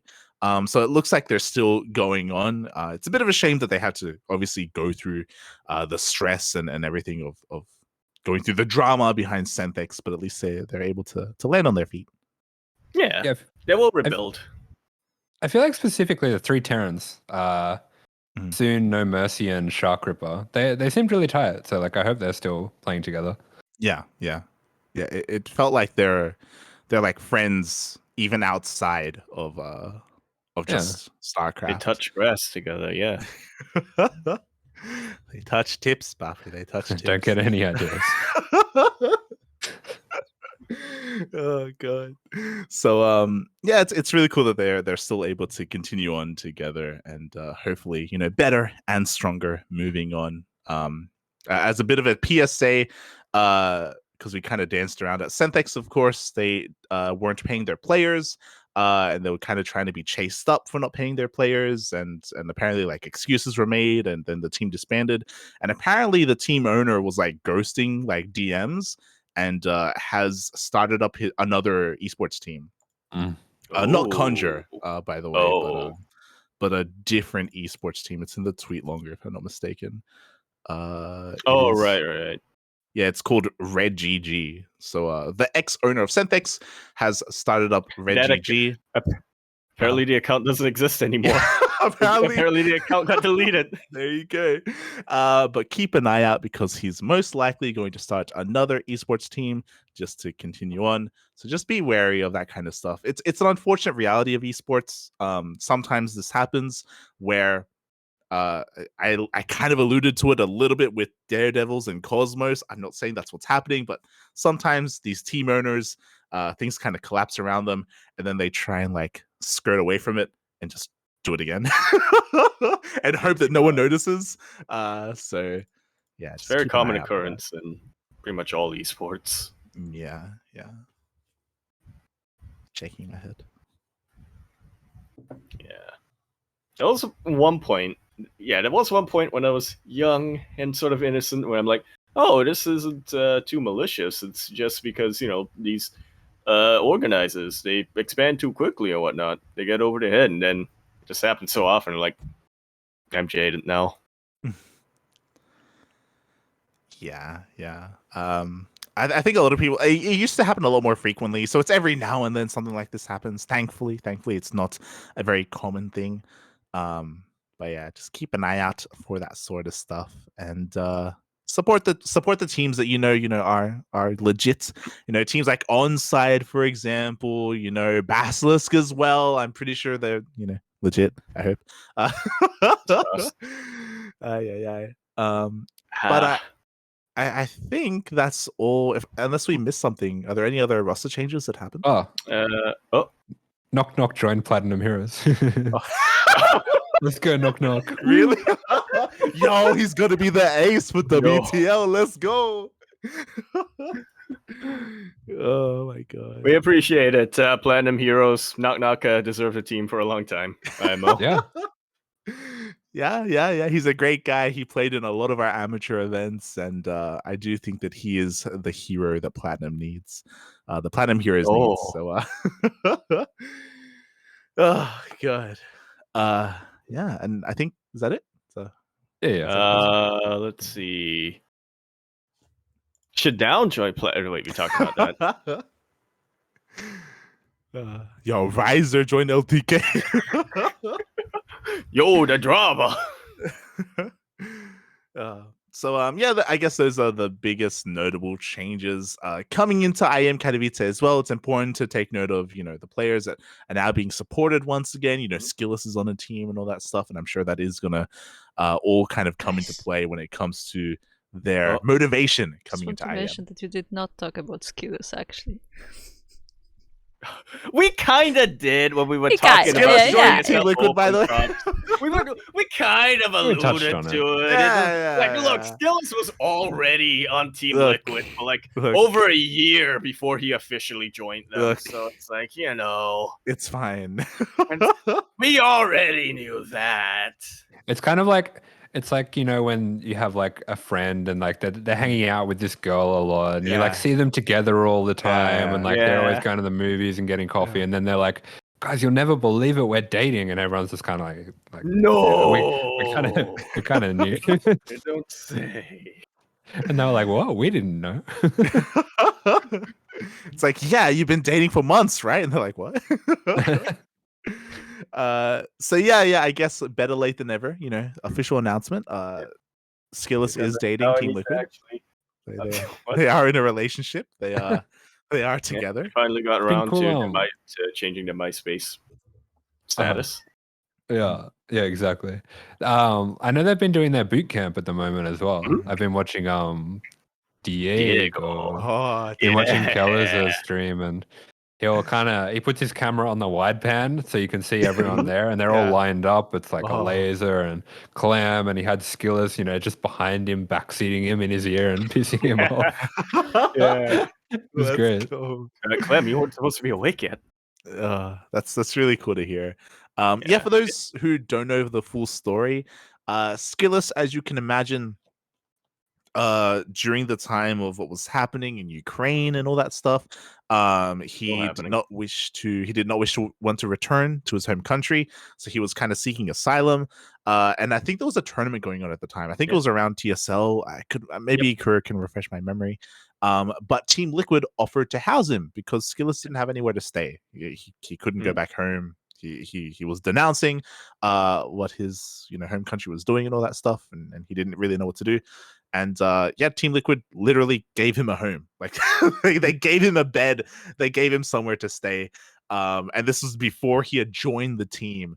So obviously, because they were living together, they were gonna end up together. But that's kind of how that all started in a way. I believe it was also planned for a while, like that he's gonna eventually join, but there was a lot of like formal issues with it because of everything. Mm-hmm. And apparently he he like just acquired an esports visa, which I think is either first or one of the first in Netherlands to get an esports visa.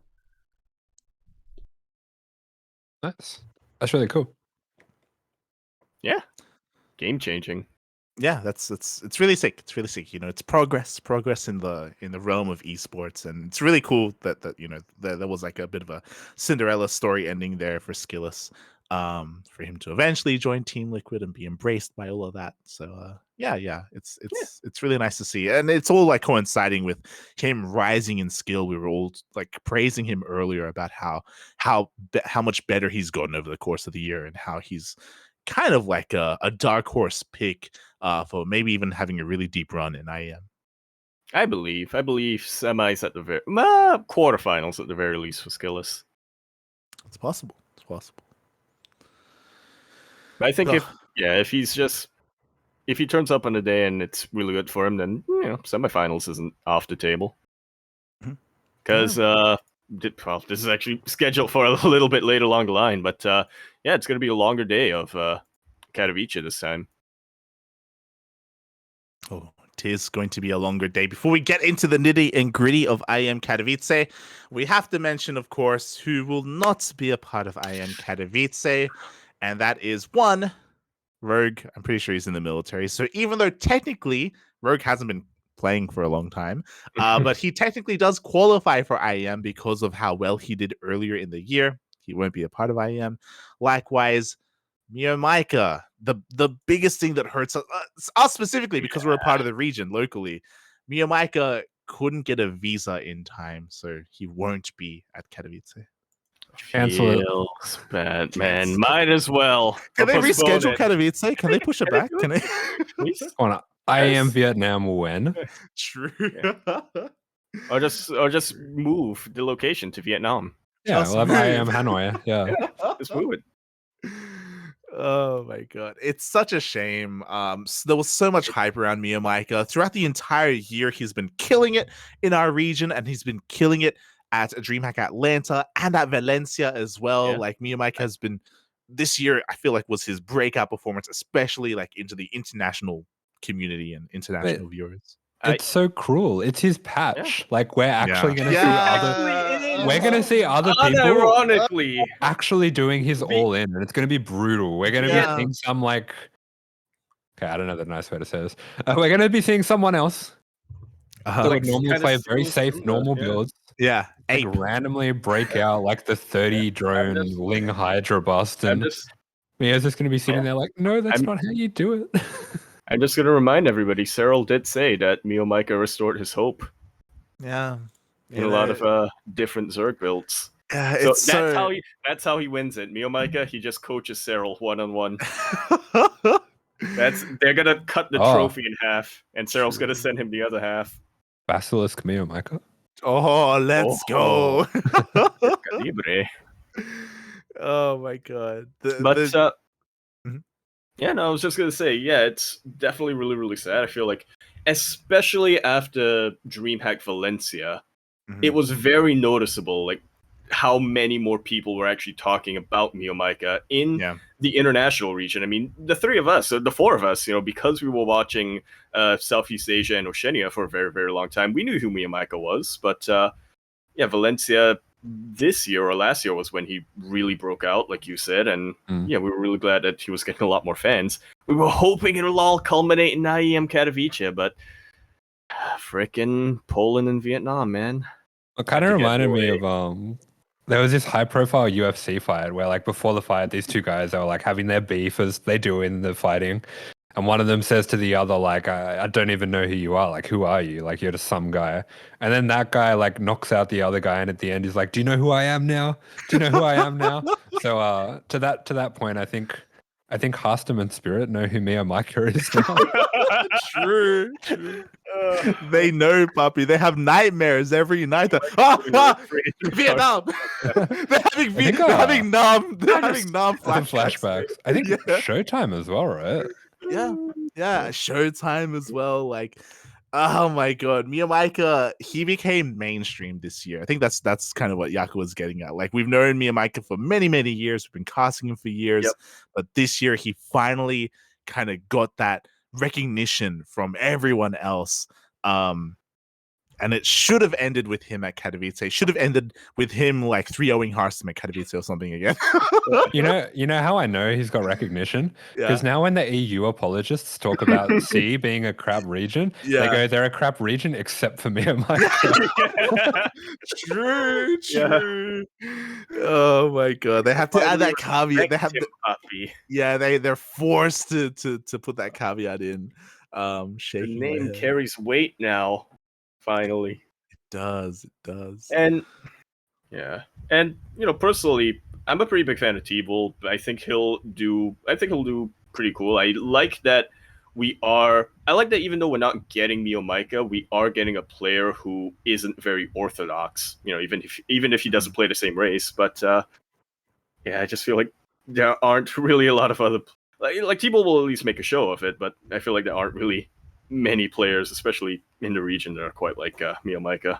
Yeah, there's a little bit of drama surrounding that as well. The fact that T-Bull, he inched out and barely has more EPT points than Probe, if I'm not mistaken, just because of Home Story Cup. I don't know if we have to get into that, but it's because Let's T-Bull. not. Yeah, I'm pretty unhappy about it personally. Yeah, it's It's not a fair situation, really. It isn't, and I would imagine even like the Home Story Cup organizers or the EPT organizers would probably agree that it isn't like the most fair thing. It just happens to be the situation that we're in, and it's difficult to change that ruling now afterwards. I'm sure they're probably going to be a little bit stricter with it, and I hope that they do fix it moving on into the next year when it comes to Home Story Cup and their invites and their qualifiers and all that stuff. But yeah, we shall see. Mm-hmm. It's too late to change now. I think too late to change. I don't think I ever had as much of a visceral reaction from announcements as I did in these past couple of weeks. Like, started with Miyamaika and then ended with Cyril leaving Ents when I was just the few times I can remember where I verbally just shouted out, "What?" at my screen. I got the video for Cyril joining Basilisk was so hype. I got the nerd chills tasteless. They're the sickest.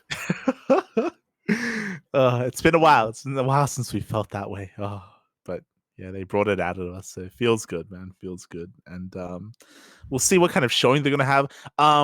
Do we know what their jerseys look like? That's what I want to see. I want to see Cyril and. No, I think they just photoshopped the Basilisk logo onto Cyril's golf shirt. That would be cool. Yo, that would be cool. We're missing the polo shirts or the polo jerseys ever since Acer stopped being a thing. You just have Basilisk looking like super preppy. Yes! And they'll have like the vests. They can wear the vests over them. The question is, are they able to ship a jersey to Cyril in time for Katowice? Or is he going to show up with like a sticker? Like a Basilisk logo sticker over his shirt or something? They'll just rock up to him in Katowice. He'll be like about to sit down at his computer and they'll be like, no, take that off. They're like, or he'll just marker it onto his chest. Yeah. They may have to get creative. We'll see. That's what I'm gonna be. I always keep an eye out for like this weird stuff. I do it in WTO when it comes to like the player cameras and all that stuff. I'm excited to see what Cyril's gonna be wearing. That's what I want to see. As long as pan down. As long as he's got the cabana hat, I'm good. Mm-hmm. There you go. He's gonna have the hat. But now we can sink our teeth into Katowice. It is going to be starting on the 8th of February, and if I recall correctly, so on 4 days. 4 days. Yeah, 4 days away. Not too far off, and we are going to be starting with if I'm not mistaken, is it the round of 36? Yep. Lad, have you looked at my round of 36 predictions? I have not. Oh, I actually went through the whole bracket and did a really? prediction. You're crazy, puppy. Send it to Kuro. We can Link it show in live feed. Link it in live feed. Yeah. Link it, puppy. Link it. Link it. Copy. It's got a few memes in it, but I'm backing it. I like it. I did do this at 3 a.m. that's my little Your excuse. my little warning there. Best time to figure it out. Okay. Beautiful. So before we get into Asher's predictions, the format has changed, I believe. In the past, we had group stages, but the quote unquote round of 36. It's not actually a round of 36, but it's kind of like a knockout bracket. Yeah, the first round is a knockout bracket, which is interesting that they've decided to change it in this way. I think this means it does mean overall less matches played earlier on. So I think this is kind of maybe a time constraint thing, because beforehand there were like GSL groups that they had to play through. There were a lot of groups as well. So I guess it makes sense they would do it in this way. It's just not something that I'm used to seeing at the very beginning of a big tournament like this. Yeah, I mean, I guess we got the groups anyway. Once it gets into the main event, there's the 4 groups of 6, which I like that as a format. I think the teams turned out. I mean, we can talk about it later, but the groups turned out a bit weird. We've got the memes already coming out for Lambo's full turn. Yeah, Smooch. But yeah, so the first day is going to consist of this bracket, and bit of an announcement, because I don't think we've actually said it. I don't think it's been said anywhere, even in the official ESL announcement. But the CranKy Ducklings, we are going to be a part of the broadcast. We are going to be casting live on the 8th of February. So keep an eye out for us. We're going to be the D stream. You know, they're giving us the D, which is fine with me. That's how we like it. That's how we like it, Puppy. That's how we like it. What that means is that we're going to have lowest priority for picking matches. So we'll see what we get stuck with. All the other streams are going to be able to pick what they want, and then we're going to be left with whatever match we get. So we don't get the most leeway with that, but we're going to be a part of the event anyway, which is always an exciting thing. So keep an eye out for that. Keep an eye out. There may be selfies. There you go. Yeah. I do feel like it's a pretty good chance we get a laser T-ball. Should be cool. Yeah, we're probably gonna get T-ball. Yeah. Which is fine. We'll see. The laser's pretty popular amongst some of the people. Some of the other casters. Yeah. Some pretty sick first round matches. I guess we can get into it. Oh, okay. Yeah, Predictions. Little clap for Ducklings getting the D stream. It's hype. It's really cool. Yeah. We're getting a little bit of let's get some predictions going in the chat. I don't think we're set up to do that right now. Not at all. So apparently, mate, you're crazy. You're actually crazy. This actually took a while. It took like a good half hour. Yeah, I'm looking at your matches. You think Classic's gonna 2-0 Scarlet? You've lost your mind, mate. Oh Classic's cracked. He's good. He lost to Dark. I mean, who doesn't lose to Dark? I don't know. I don't know if you're. And he plays Protoss. Come on. I think you're overvaluing Classic a little bit there. Nah. Classic is good. I think Classic is very predictable, though. I'll be honest. Yeah, it's kind of classic. Well, I would agree with you. I would agree with you if this was 2018, like, but ever since 2019, I feel like we can never, we can never count on Classic to do what we think he's gonna do. Mm-hmm. That's true. Yeah, maybe. Like, he's a very strong mechanical player. Like, it's very obvious that he prefers to play more from macro style, but you know, not. And I'm not just talking about that huge versus Rogue game he had in BlizzCon, but throughout the entirety of 2019, even against Maru a little bit earlier that year, he just pulled out as many tricks as he could find. He hit up Parting, he hit up SOS, he hit up everyone to try to figure out what builds can I do that can catch my opponents off guard. So I do think that Classic has a really good chance of qualifying, but I'm with you, lad. I think that it's not as clear cut as Asher's prediction here. Yeah, like the thing with Classic's play style, and to be fair, this could be big brain. He could have his brain could be in his chin area. Okay, it's possible. It's that's why there's so I'm pretty much sure there. that's already been confirmed. Yeah, exactly. It's crazy. So we've been casting a lot of Classic, almost every week in ESL Open Cup Asia. Myself and Chase, I should say. Yaku as well whenever he's available. And Which it is feels never. like every week Classic plays the same, but just that week. Like he can Yeah. have like 3 ZVPs in a row and he's going to do the exact same thing every single ZVP for that week, and then the next week he's going to have something different, and then the next week he's going to have something different. So it feels like he goes through different stages, and this could be Giga Brain where he's just like doing what Hero Marine is doing, and he's just like testing different like builds, and then when it comes to IEM, he's going to have like such a vast array of different like play styles and different like builds and openers that at his disposal. Or he's just a really trendy player.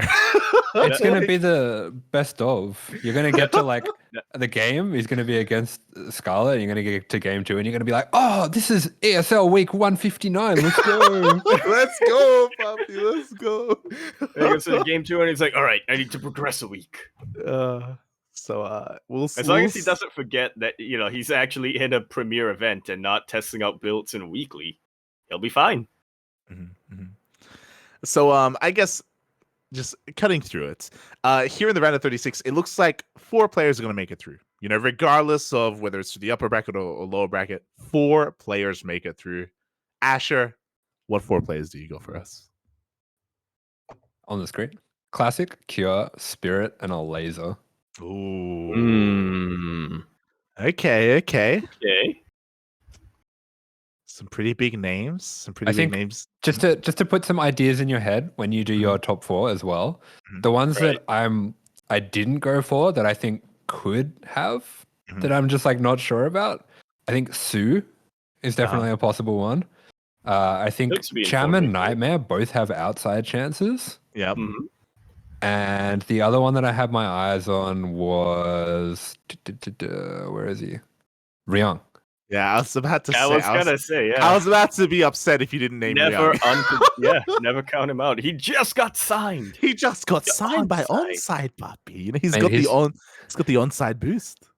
He's so good when he's good, but every time I say that, I realize that I'm only thinking of one game. Yeah. We both do the same thing, Asher. We both think back to how he played versus Dark. We're both like, mate, he looks so good against Dark. So sick. He was so good. He was crazy, pup. He was crazy. And then we're like, he's gonna do it again, and then he like cheeses it, like falls on his face. It's like, oh, what are you doing? why are you proxy 3-maxing right now? What's going on? He's testing builds. Oh my god. Okay. So you've locked in Classic, Cure, Spirit, and a Laser. Yaku, who do you think? So I have decided to do something. I've decided to separate 4 players who I think are gonna make it out, and then have 4 players who I want to make it out, and have all the bias kind of leak there. So the players who I think are gonna make it out are Classic, Laser, Scarlet, and I remember for some reason I was looking at the bracket last night, and for some reason I was thinking Nice, but I think it will actually be. I'm gonna say Harstem. Ooh, just giving him the edge over Spirit there. But the 4 players who I want to make it out are obviously Ryung, Sue. Who are the other 2 I was thinking of? Ryung, Sue, Classic, and Armani. Sorry, Cure. And sorry, Coffee. Actually, it's between Coffee and Armani for me for that 4th one. Because both of them have really, really interesting styles. Yeah. I think Haas getting through would be the best thing ever. That would be so hype. Oh my god, that would be hype. That would be pretty sick. I think no one would be upset. Well, the people he play against. Yeah, but who cares about them? Yeah. Okay, it's fine. Don't worry about it. Yeah, get out of here, Spirit. All right, so Yaku, you've got Classic, a Laser, Scarlet, and Harstem, and then your heart desires Ryung, Sue, Classic, and Armani. Or coffee. There's the head and there's the heart. money or now. coffee. Yeah, there's the Like- head. And there's the gut. There's the head. Lad, I want you to give us your predictions with your head and then with your head. Oh, Which one first, Papi? Which one first? The one on your shoulders first. Oh my god. So I agree with Asher in a sense when we heard your list, Yaku, no faith in Cure. I think Cure is probably my most like confident pick. Uh-huh. Yeah, he's my Um, number one as well. Yeah, like, really? I think Cure is gonna breeze his way through this. Maybe he has a rocky road against like Haas because Haas is crazy, but I think Cure is so consistent. Cure is another one of those players that hasn't been playing in the ESL weeklies, even though he's here every single week in ESL Open Cup Asia. He's always there. This month he's been absent because I do think that he's been taking this seriously. I think Cure, Okay. he makes it through. From the upper half of the bracket, though, I'm not on Ash's classic copium. I'm not. That's fine. That's You fine. gotta get on the chin. I'm not I- convinced by the. I will chin. say all the predictions I made for Classic, I could see him losing to any of them. Yeah. yeah. It's a little bit harder to choose there. I think I'm going a laser. I think a laser from the top. Hmm. Yeah, it's probably my second yeah. pick for the top for I would- sure. Yeah. It's a Yeah, I shame because go on. Yeah, Yeah. go on. I was gonna say, well, unlike you, Mhm. unlike both of you, Mhm. I kind of don't have that whatchamacallit object permanence. So for me, it's like I haven't seen Cure in a month. Cure's out. I'm counting him out. But I True. would say that Laser and Classic, when I'm looking at my head and not my gut or my heart, Uh-huh. are probably the two most Cloa. likely to make it out. yeah. I get you. I mean, you did predict a laser to make it out. Yeah, Mhm. with your brain. I did. I used my brain. I did. That's true. So I think Cure and a laser from the top. From the bottom, from the bottom, I wanna believe in. I can't believe in Scarlet. I want to believe in Scarlet. I want to believe in Scarlet. I want to believe in Scarlet so bad, and I do think that she can beat Classic. I think Karsten beats her. Ooh. They've kind of gone 50-50 in the last few premier tournaments, so Mhm. which is I'm kind of will have to make a little bit of a confession. When I predicted Scarlet with my head, it Mhm. wasn't because I was calculating. It's because Scarlet I see as the biggest wild card, and so you always have to bet on the wild card. Yeah. Like at the same time, I don't think there's any major roadblock for Scarlet in the lower bracket because she's avoiding Cure. In my mind, she's completely avoiding Cure. Which I think is a good thing. Yeah, if she could beat Classic, then she can probably beat Nightmare. She can definitely beat Cham. No disrespect to Cham, I kind of want Cham to make it out at now. Actually, Cham's my fifth. If not Armani or Coffee, Cham's my fifth. Yeah. But yeah, Scarlet can beat Cham or Nightmare. Scarlet can probably beat Su, Ryung, or T-Bull. Laser is going to be a little bit tricky, but I could see that happening. All right. My brain. I'm looking it in. I'm looking in for the lower bracket. I'm looking in. Austin? But that's only if she can beat Classic. So. I'm looking in Su. Ooh. And that's her head? That's the head, and I'm looking in Harston. Yeah. I Still can in get Harston. behind Harston. He's Yeah. one where like he always kind of surprises me because I think of him as like a static player at his level, but he plays above his level quite regularly. Mm-hmm. To the point where it's kind of hard to estimate what his level actually is. It really is. Like I'm taking Harston is like a shaky pick for me. Like I'm not very confident in my Harston pick because I do think that either Ryung or Scarlet can beat him. I think that's a really good way of describing Harston though. Mhm. Kind of a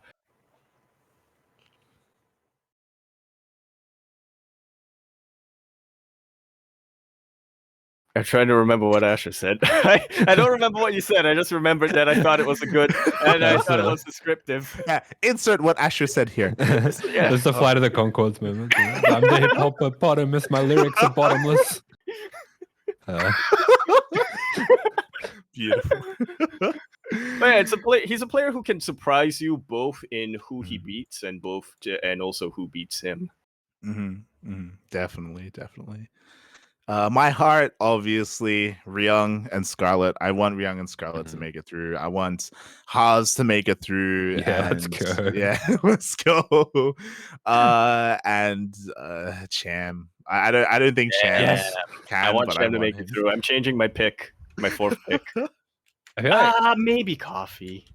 Cham vs Nightmare in the first round is such a banger. That's such a good matchup. Yeah, definitely.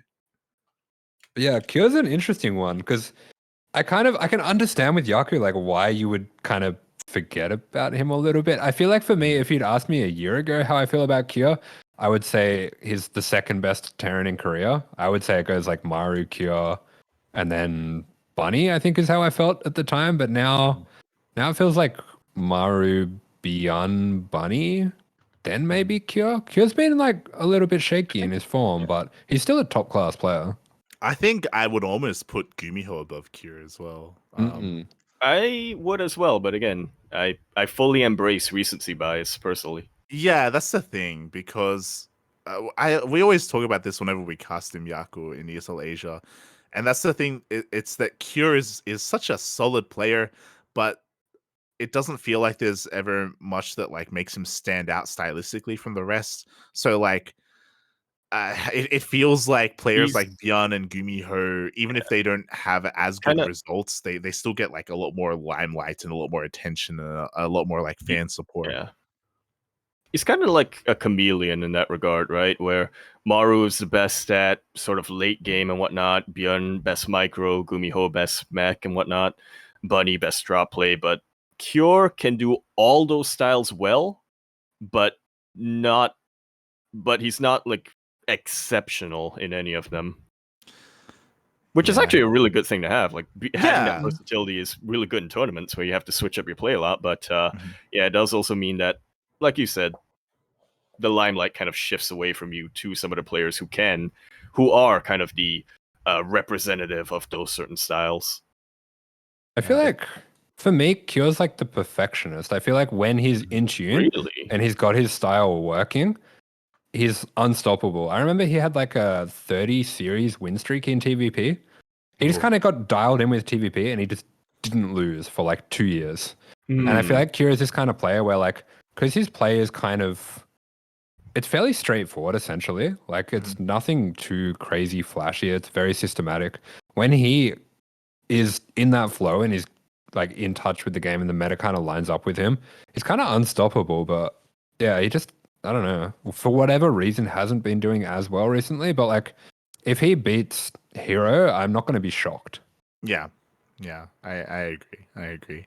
He's like a sleeper agent, you know. He's he's literally one of the best players in the world, but he's like, you know, he's a little bit in the background, and he's maybe waiting for his moment to really lash out here in this tournament. What's his activation code? Oh, don't say it. I mean, we have to remember as well. Didn't he win he won a GSL? Yeah, that's the thing, right? He did. To win his first GSL Code S. Yeah, he's a literal GSL champion. He's pretty good.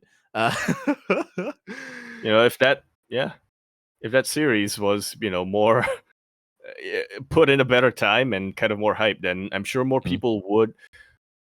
I don't want to say respect Cure more, but I feel like there is a reason why people kind of forget the fact that Cure's a GSL Code S champion. Yeah, I mean, maybe I'm just a bit of a Gumiho hater, but I would be a little bit surprised if he beat Hero. Oh my god! Why do you're the most like Gumiho? Why do you hate him so much, Asher? Because I want to be like Beyond. I don't care who you want to be like. You just are, okay? Look, my heart says Beyond, but my skill says. Well, actually, I'm not skilled enough to call myself Gumiho either. But Oh my god. You're like, I'm not an ape, puppy. I just really like eating bananas. It's like, hey, there's a reason, puppy. I'm not Okay, like I you. make Take a BCs deeper look. against you. I make BCs against you one time. One time, because I got bored of other builds, and you're like, "Yep, he just makes BCs on the ladder. That's all he does." He only BCs. Only. That's all he Man, does. I remember one time he went BCs and Blue Flame and Mech and Bio all at once. Yeah. Oh my god. I have such a good mental image in my head now. That's Asher for you people. They're like, Asher. "Why, Asher? You always play with the towel in your hand." I've seen it. You can't lie to me. True. Oh god. So yeah, it's going to be a really interesting round of 36. Again, that will be the first day, and we will be casting parts of this. We're going to be casting 5 series in total. So it's going to be a pretty sick day of StarCraft. I think that's going to be half a day, and then the other half is going to be getting into the group stage, if I'm not mistaken. Maybe Kura can well, correct us with that. That segues us pretty well to the next thingy on our itinerary. Oh, the group stage. Yeah, the group stage and the tournament schedule were released recently. And there are a couple of changes to be made to the schedule, as we kind of alluded to a little bit earlier on. So it looks like the entirety of the round of 36 is going to be played on day 1. That is correct. The entirety of the round of 36 is going to be played in day number 1. Day number 2, however, will be the group stage. Oh, there we go. So, for those wondering, we are only going to be casting on day 1 of IEM Katowice. That's the only day that they need the D. Once is enough for IEM, papi. Apparently. After that, they're only going to have a mainstream, B stream, and C stream, getting into the group stage and the playoffs and all that stuff. Wait, they'll come calling. They'll be like, Yeah. "Puppy, I know Yo, it's 2 a.m. It's kind of late, but you up? You want to cast some StarCraft? Yo, that actually happened to us That back happened. in 2020. Yeah, that You got the you up? That's legitimately what happened. We got the 2 a.m. booty call from ESL. Pancake parlor invite.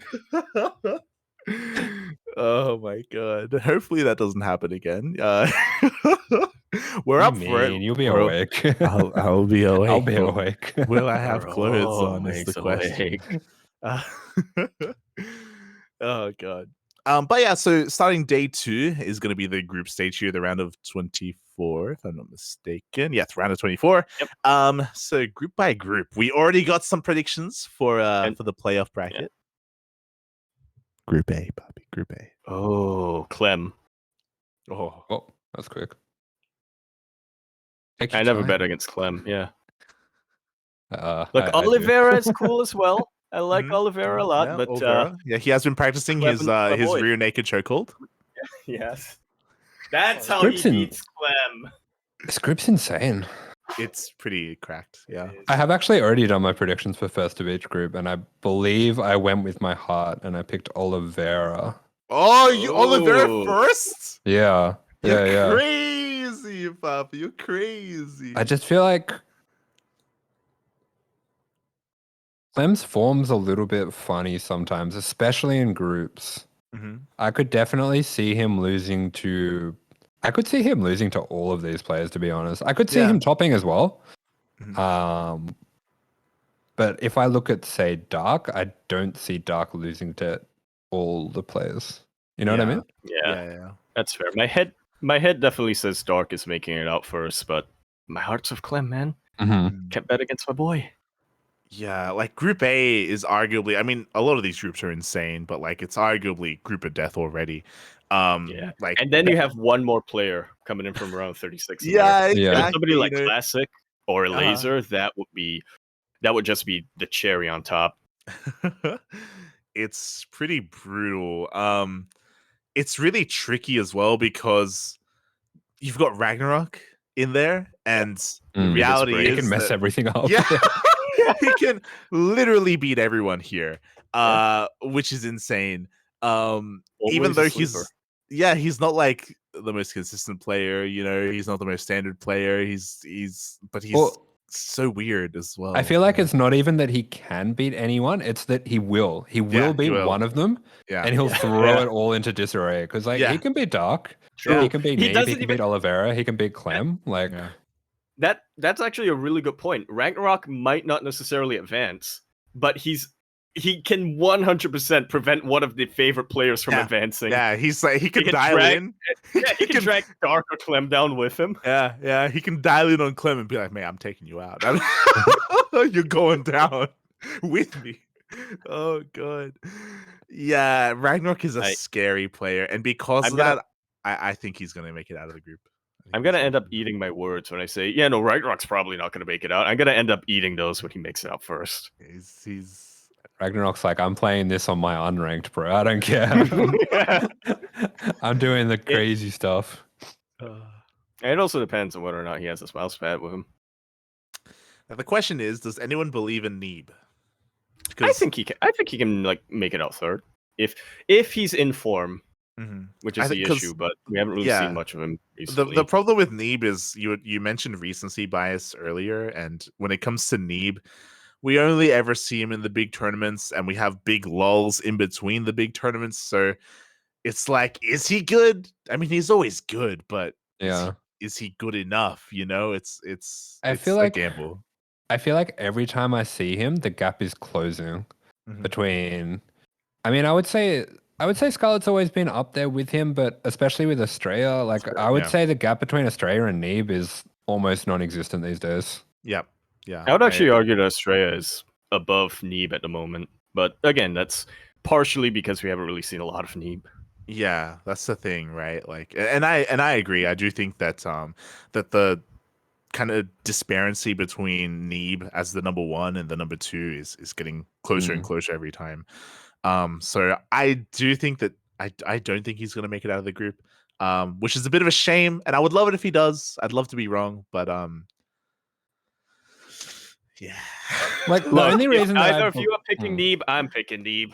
The only reason why I would believe in Nebe, at least compared to some of the other American or North American players, is because he's been there before. Like he's been at the top of the top level, and I feel like you kind of get the rub when that happens. Like that, once you've been at the top, that puts in your head that you can be you can win the whole thing. Whereas the other players might not be thinking about this tournament as like I could be the one who wins the whole thing. Yeah, it gives you a kind of confidence it gives you a certain type of confidence, right? Because then you're thinking, well, I've done it before, I can do it again. You know? Yeah. It's pretty common. Yeah, especially post-COVID, you know, there's a bunch of players that haven't had too much experience during the COVID era of StarCraft babies. Offline events. Yeah, exactly. So can be put to the test.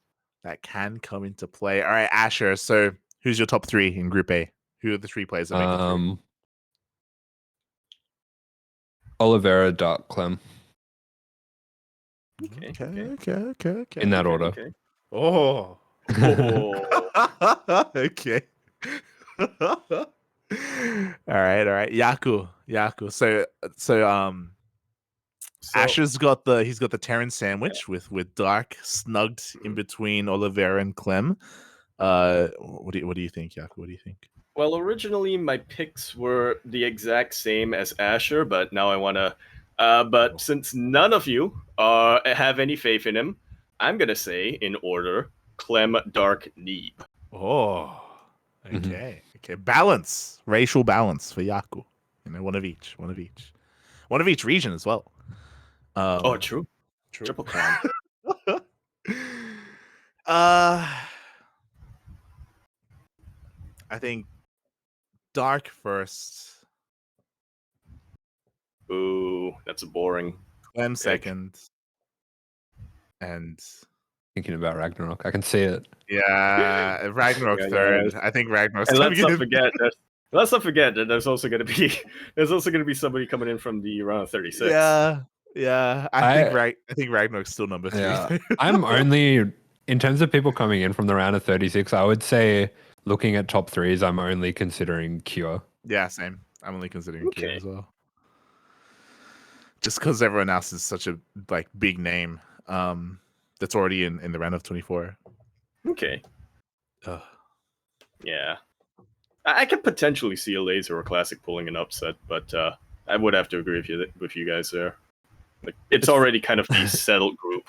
It's already kind of the group of death. We already have clear favorites in this group without getting somebody from the round of 36. It's funny because I rated Classic pretty highly in the round of 36, but I think he's bottom in any of these groups. Yeah. Oh god. I would mostly agree. We can get into some of the other groups later, but I'm looking at Okay. one group. Yeah. Yes. Yeah. There's one odd one out, depending on his form. Yep. Yeah. Anyway, Yeah. Group B. Let's go. Group B. Okay. Group B. Okay. All right. So we started with Asher, but this time, Yaku, you're coming in first. You can't adjust okay. based on anyone else. What do you think about Group B? Group B, I mean, clearly it's the Protoss group. Mhm. And it's also a group that I think has at least one very heavy favorite, that, of course, being Raynor. I think some of the other players they're still heavy hitters, but they're still kind of up in the air a little bit, trying to figure out who is favored against the other. And, on a good day, I could see any of these players making it out over the other ones. But once again, combining head and heart answer. Oh man, this is tough. Okay, so let's just say Raynor makes it out first because that's the easy pick. I would say Creator. Oh, That's my heart pick mostly. So I have one more to just go a little wild. I'm going to lean into my heart a little bit for my third pick, and I'm going to lean into my NA bias with my third pick, and I'm going to say Estrella makes it out third. Okay, So Raynor, Creator, Estrella. Okay, a Zerg and 2 Protoss. Zerg and 2. But again, this group is so close together that pretty much anyone can make it out third. Yeah, that's the thing with these groups. I mean, mate, Raynor is a pretty solid pick because he is the most recent Home Story Cup champion. Like he's making some money, He's Zerg. Before Asher he's That's Zerg. why I picked it. Yeah, that's actually the real reason why I picked Raynor. Oh my god, you were talking about Estrella earlier about how the lines are blurred between whether or not he's the best player in North America right now, and I would tend to agree. He's amazing at what he does. You got Creator, who's kind of like he's a little bit overshadowed by Hero, but at the same time, Hero hasn't had the biggest kind of flares in Korea when it comes to Protoss, so Creator is looking really good as well. Showtime, Max Pax isn't here, so Showtime's the best Protoss player in Europe. It's because we can ignore Max Pax and apparently Skillis. Yeah. Skillis isn't here either. And then Gumiho's like the wild card, like he's almost like a little bit too wild. I like to bet on wild cards normally, but I think Gumiho's a little too wild for me. For me, Gumiho's like the Terran Ragnarok. That's pretty apt. I like he comes out with some of the weirdest stuff, and I think Ashley can agree with me there. Like he can just play his own way and he can win with it, He's gonna ruin someone's day, and he might ruin my day as well. Oh my god, it's crazy. He's not gonna make it out, but he's gonna zero in on Raynor and just make it so that Raynor doesn't make it out. True, I didn't even think about that. I think Gumi has beaten Reynos recently. Yeah. You know what? God. We have technology. We do. I'll look this up while the two of you formulate some predictions. So there's obviously a trend with my picks, and I think my number one. You're in hell. You know the truth. My number one is, I have to agree with Yaku. I think my number one is Raynor. I think it has to be Raynor right now. My number two is gonna be PvPs. There are gonna be so many PvPs in this group.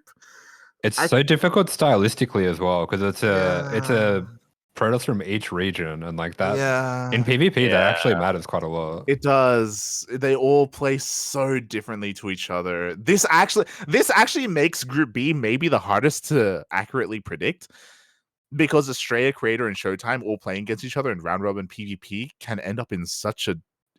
I don't know if anyone can accurately predict that. Now that I think about it. Oh god. You guys are weak. Go with your heart. I'm going right. with my heart. Okay, so I've got Raynor, number It's 1. liberating. My heart, Estrella, number 2. Yeah? Estrella. And then my other head. Oh. Gumiho number 3. Yeah. I'm going Gumi number 3. Let's go. Funny, you always talk about Clown Terrans, but they're your favorite Terrans. They You love are. it. Yeah, You I actually love it. love the clown. Yeah, man, I'm unapologetically, you know, who's my favorite Terrans in Korea? Oh, Kwanta Puppy, you know, the honorable, you know, Gumiho, right? They're clowns, and I love watching them Oh boy. because they're clowns. In the best way. In the best way. All right, Asher, who do you got? All right. You guys are weak. Number 1, Australia. Oh, Unironically, number 1, Let's Australia. go. He's really good at the moment. okay. It is. Okay. All the way I to see him finals, beating the Raynor whole as Story well. Cup. Yeah. I see him being Raynor, and I see him. Mhm. I could see him like smashing Creator in Showtime. Actually, I think he's really good in PvP. I'd see that. Oh, okay. Bold move. Only person I'm not sure with him is Gumiho. I think Gumiho Yeah. maybe beats him, but because of that, I'm gonna go Australia number 1, Huh? Mhm. Do it. Gumi number 2, Yeah. Yeah. Embrace.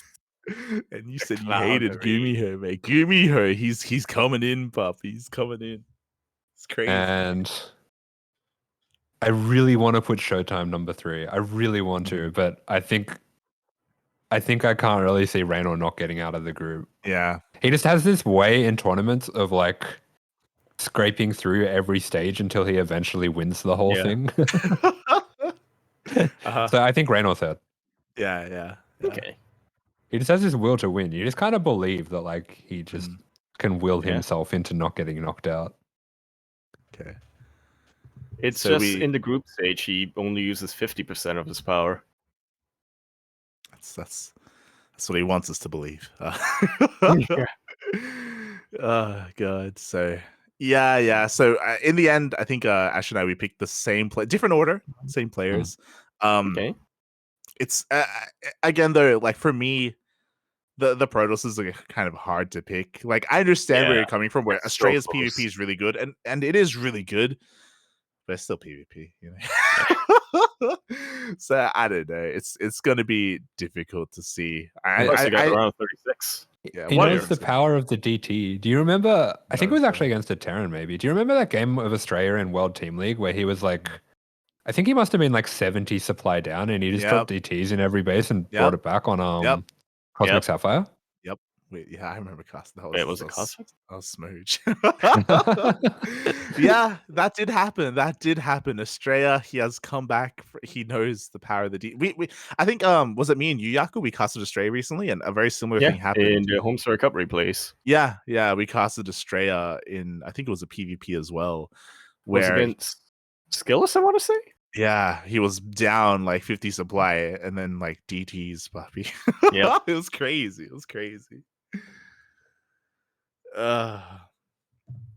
So yeah, Group B, it's gonna be wild. If you enjoy PvPs, that's the group to be on. The other thing that's groups- weird, the other thing Go that's on. weird about Group B is I could see Cure coming in and beating all the Protosses. True. Yeah, true. Yeah. That's the thing. We don't know where Cure is gonna come in. If Cure comes into any of these groups, then things will change. Like I don't see 100%. Cure coming out of Group A, but like I could definitely see him coming out of Group B. Yeah, makes I sense. agree. All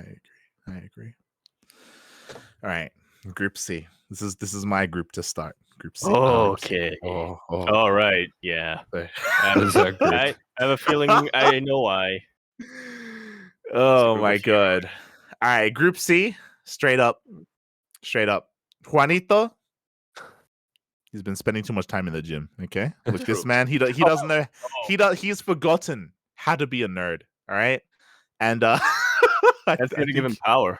I think he's the weakest link here by far. Oh, whoa! He's been having a real hard Whoa. time recently. Whoa. It's been showing in his Whoa. results.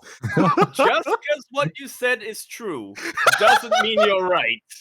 Doesn't mean you're right. Just cause. True. He's still a Lorito. Don't get me wrong.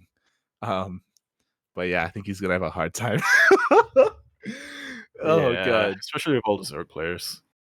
True. Or actually, no. Now that I think about it, it's Protoss that gives him more trouble than Zerg, isn't it? It Or at is. least It is. historically This he's been is good the at group. but I don't know. Yeah, this is the group where I think Asher brought up Classic, and I think that if Classic was Yeah, in that's this what I was group, looking at. yep. I think Classic would have a shot in Group C as well. So off the bat, Cyril, there's no chance that he doesn't make it out of the group because He got that Basilisk boost. he got the Basilisk boost. So Cyril makes it through. I think in first place. I think hands down. Boring answer, but Cyril makes it through. I've heard some doubters in this call about Hero, but I believe That came from you. Yeah, not me. Okay. You were the one who doubted Hero. Yeah. Oh no, I heard said I thought Max Packs is better. Yeah. You did. Oh. You doubted Hero, Mm. and mate, he's my other head pick. I've got so handsome. That smile. That damn smile. Yeah, Hero. I like, even though he hasn't had the most bombastic showing recently, he's got it in him. He won and, 2 premier tournaments last year. Yeah, he did, and I think I don't think he's gonna be a contender to win this one as well. And I think Hero comes out second in this group. I think he's gonna have a real easy time against Solar and DRG and Special. I think Hero is feeling pretty confident against all of those players. Number 3,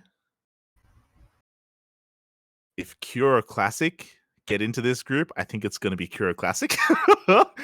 Otherwise, number 3. Number 3. If it isn't Cure, if it isn't Classic, I'll give it to Solar. Yeah, little consolation prize. Yeah, give it to him. What do you think, Asher? Okay, I'm gonna be a bit boring, and maybe that was leading the witness just then as well. Yeah. My pick's the exact same: Cyril, Hero, Solar. Okay. I think Cyril pretty obvious shoe in for number 1. Like it's an event when Cyril loses a map in group stages. Yeah. It doesn't happen very often. I could see Hero maybe beating him. That's it. Yeah. But I think Cyril beats the rest comfortably, and I'm not 100% sure Hero does. So Cyril, then Hero, and then I think Solar definitely for third. I've realized I always underrate DRG a lot. I guess I just don't. Too. Yeah. I don't have the memories that other people have of when DRG was like really, really good, because I kind of missed that era. So I just have seen him in the last couple years, and I probably don't rate him as highly as he probably is. But no, I believe in Solar. I think Solar's been grinding. I think that's fair. What do you think, Yaku? So my first pick is uber boring. I'm gonna say Cyril makes it out with that Basilisk boost. My second pick is also kind of boring. I'm gonna say Hero, but I will also throw in that just with a gut feeling, I have a feeling that Hero's gonna make it to the finals at least. That's just a little gut feeling I've got. And my third pick, because the two of you have no faith, I'm going 100% Papito Juanito. You're crazy, Papi. You're picking Special over Solar. You're crazy. I can see him like pulling out some crazy builds to beat one of Solar or DRG. Yeah. There we go. That's all he needs. He has to beat both of them. That's not all he needs, Yaku. He needs more I than did that. the math. He just beats DRG, and they're like, "Well, you done real good, son. You can take the rest of the group off." Oh my god. Ah, beautiful. Yeah, I mean, we all kind of glossed over Dongregu a little bit, and you're right. Like, Asher, I'm pretty sure you've only experienced like post-military Dongregu, and to be fair, he hasn't been doing too badly. Like he's been getting Yeah, he's been getting like GSL top 4s. yeah, like he's been getting some Solid. pretty solid results. Solid tier 2 Korean Zerg, which is not Yeah. something to scoff at.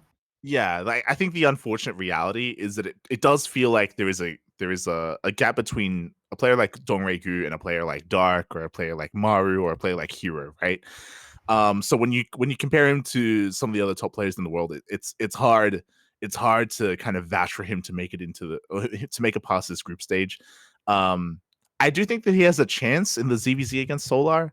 I don't think so. I think that there have been eras where Solar has been more dominant, and I think we're in a period right now where Solar he's not in like the most peak form that we know him to be.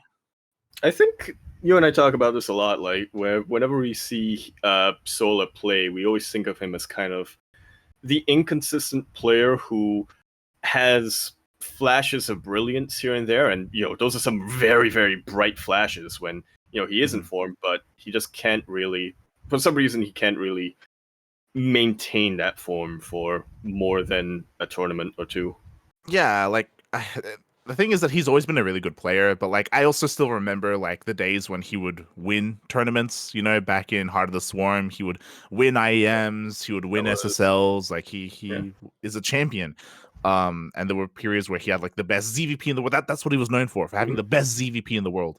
But nowadays, not as much. He isn't as dominant, and I don't know. It's hard. It's hard to put too much stock into him, but I mean, I picked him at the end as third place. Yeah, which is more than I can say about my picks. So. True.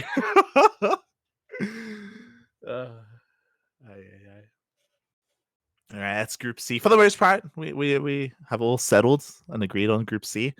But now, the most important group. Oh, the Lambo group. Asher, what do you think about the D? The couch meme group. Well, I feel like This is a hard group, man. I don't think so. You don't think so? No. I think the top 3 is really straightforward. I just don't know what order to put them in. Okay. I think Maru, Bunny, Beyond is like absolute shoe in here. I just don't see Hero Marine or Lambo beating any of them, to be honest. Oh, okay. Really? I don't even see them winning a map against any of them. I think what Hero Marine's always had a problem with Korean TVT. Mm-hmm. That's fair. Like, honestly, Mario kind of clowned on him last time they played, and it looked. And this is crazy because Hero Marine's a top class player. Mm-hmm. Maru made him look in a completely different league. Like, yeah. I think the Koreans, especially in TVT, have a habit of doing that. And I think with Bunny and Beyond both being in incredible form, especially Beyond, Beyond's in insane form at the moment. I've heard a few people say that they think he's going to win the whole thing, and I can't really argue with that. I could definitely see that happening. So I think in order, Beyond, Maru, Bunny. Oh, Beyond above Maru. That's ballsy. Yeah, I think I think Hero Marine Lambo don't win maps. All right, Yaku. Yes. How you feeling about the D? Okay, about the D. Well, I'm gonna say Maru makes it out first, and yeah, I mean, just the obvious predictable pick going on there. I mean, like Asher said, I think somebody like Beyond a Bunny can really trip him up, especially in the later half of the group. But there's no way he doesn't make it out. Maybe second, but all things considered, he's gonna make it out first. Number 2, I am gonna go out on a limb and say that Lambo, with the training and with the mind sharing with Scarlet and TLO, might be able to pull something off there and make it out second or third. I was initially thinking Hero Marine third, but then Asher brought up the fact that he just doesn't have good TVT against Korean players, so I'm gonna say Beyond instead. There you go. How strong do you think the effects of the Cabal have been? Strong enough. All right. I will. All right. I will say as a little side thing, I do know that Lambo's said before that he feels like mechanically he can't compete with the top players. Mhm. And I feel like just having said that, having that in your head is going to make it really hard to beat a top Terran. Yep. Yeah, Because it's such a mechanical matchup. Yeah, exactly. That's what matters a lot more than just your build, I think, in TVC. So A wise man once said to me, TVC is all mechanics. yeah. So clearly, coming into the D, I'm happy to hear that Asher hasn't fallen for the propaganda and he doesn't believe that that the Zerg Cabal has been able to sway things enough for Lambo to make it out of the group. Because I agree. I think he's not gonna be able to. He's not gonna be able to stand up anyone. You people have no faith in anyone. After Group D, Poppy, I think Lambo's gonna be walking out of Katowice in a wheelchair, Poppy. I'm gonna watch you two eat those words next week. It feels bad to say, obviously, because I love Lambo and I'm a Zerg player and I want to see him do well. It feels bad to say, but I'm gonna say it in the most graphic way possible. Oh my god. So I agree. I don't think Lambo's gonna make it out of the group. When it comes to the TVT, I also agree with Hero Marine and his TVT against Korean Terran. I can't remember if I casted with Yaku or with Asher. It may have been with Asher. I think it was during DreamHack Atlanta. We casted Hero Marine in the group stage. I think we casted him. Was it the group stage or the knockout bracket? I can't remember. We casted Hero Marine, and I think it was Hero Marine versus Cure. And Cure made Hero Marine look bad. He actually made it. Yeah. I was shocked. I was like, oh my god. It wasn't even close. And I remember being shocked because me not knowing as much. Like, I'm like, Hero Marine, he's a big name. He's up. I think it was either Cure or Gumiho. And he was up against Korean Terran. I was like, yo, this is gonna be good. Yeah, it's gonna be a good series. And then it was over before it began. I was like, oh. Yeah. I will say it's kind of unfortunate for Gumiho that he didn't get Terrans in his group because his TVT is insane, especially with the current changes. Like, I think, I would have loved to see him play some TVTs. Yes, I agree. Like Gumiho, we see a lot as well. I love casting Gumiho against Beyond or Bunny as well. It's a bit of a shame. I also think that Maru will not get out first. But how could you guys not believe in the year of the bunny? Yeah. It's the year of the bunny. Like, Bunny comes out first. That's the Terran that I believe in. I think Bunny comes out first, Maru second, and Beyond third. That's what I'm thinking. Here's a question I pose to both of you, since you both have a lot of faith in him. What if Cure gets put in Group D? Oh. Yeah. If Cure goes into Group D. Oh, poor Lambo. I actually. So this is putting way too much shade on Lambo, and I don't know why I have this idea in my head. But I think if Alaza got into this group, I would believe in him more than Lambo. Actually, I think Alaza could actually shake up this group. I mean, Alaza has pretty good CBT. Is the thing. Yeah, that's what I think too. Cure. Oh, gee. Yeah, I don't know. Cure's TVT is really, really good. I actually have no idea. That would be so sad for me if Cure came into this group and knocked Beyond down. Yeah, that's what I was thinking. I was thinking that as well. Yeah. But yeah, I could see that happening. It would suck. It would really suck. Mm.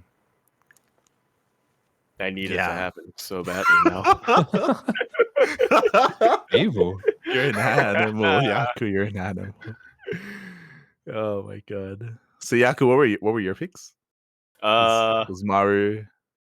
It was Maru, which was 100% head, Lambo, which was 100% heart, and I think it was Beyond, which was 50-50 heart. You didn't believe in the head. bunny, Puff? Oh my god. Yeah, because it's the year of the bunny.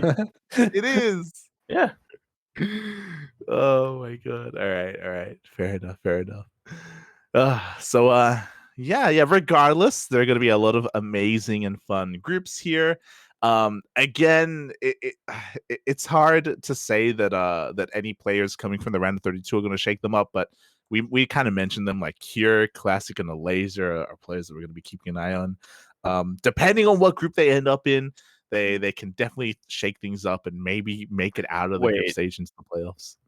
Do you just say Cure, Classic, and the Laser are going to be players going into the next stage? Am I crazy? No, but that's confident.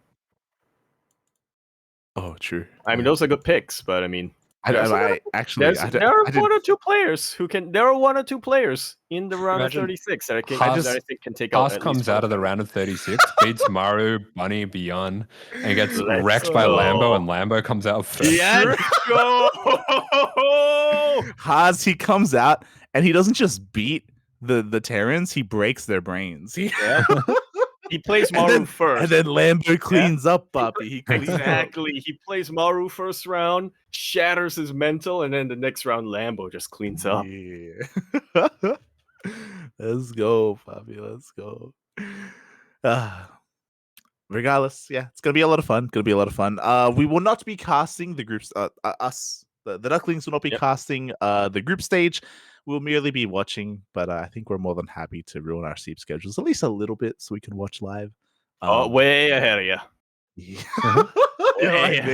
I've been ready all year, Buffy. Let's go. How about before we finish with that? What's your grand final? Oh, okay. What we want from the grand finals, or what we hope for? Top two. Your top two. head grand final and your heart grand final. Okay. What? And your other head. That's the heart. All right, who goes first? Yaku. Okay, so I mean, it's kind of hard to predict without seeing what the bracket, actually looks like. But head pick, Wait, how's it work out? So like players from it's seeded in such a way so that Group A and Group C face in the quarterfinals, right? Or players from Group B and D won't face players from Group A and C until the grand finals, right? Or I believe so. Okay. Not entirely certain. You can have the same person in, I think, because the second and third go to round of 12. You might be able to get a second and third from the same group as the first. Yeah. So because of that, don't think too hard about it. Okay. That I should just be doing that anyway, not thinking. I mean, I'm gonna say a head pick is probably gonna be.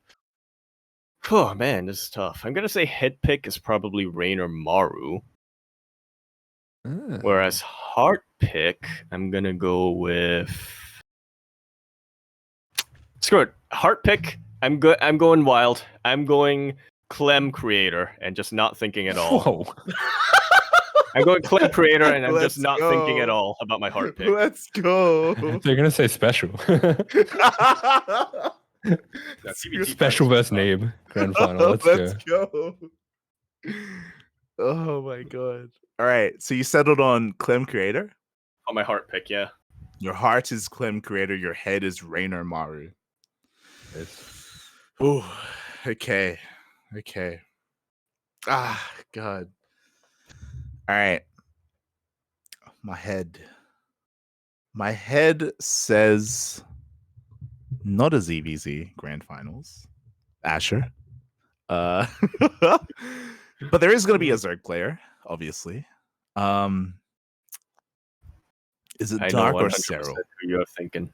Oh wait, this is your hit pick. Never mind. Yeah, my head is it Dark or Cyril as the Zerg player in the finals? Both.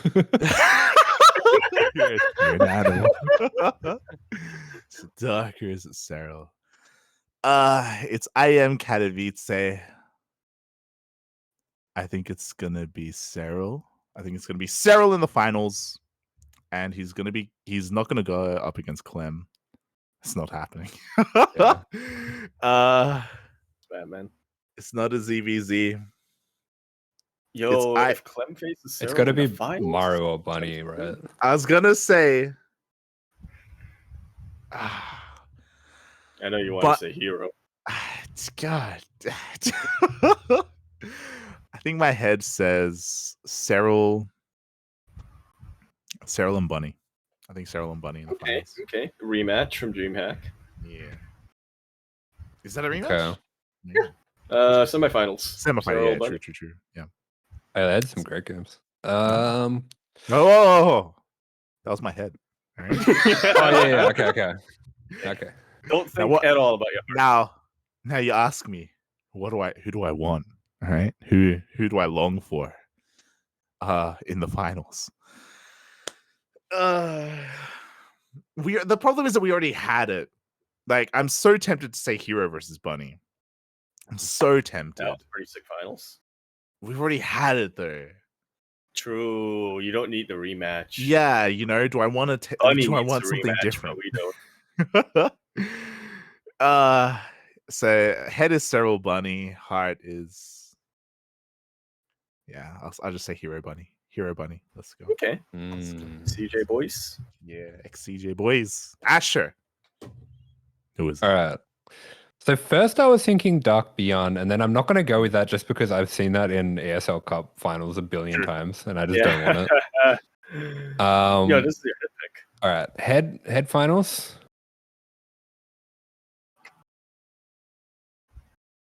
Dark Cyril. Unironically, see, you're a clown. You're a clown. You believe in the ZVZ finals? It is 100% ZVZ finals. I was just trying to decide whether it's Dark Rainer or Dark Cyril. It's Dark Cyril. It's not Lambert. So Dark Cyril. I don't believe. Wait. I don't believe in Bunny or Beyond or Maru getting through 2 Zergs in a row if that happens to happen.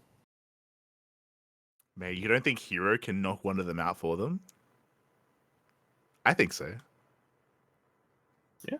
No. Heart. Okay.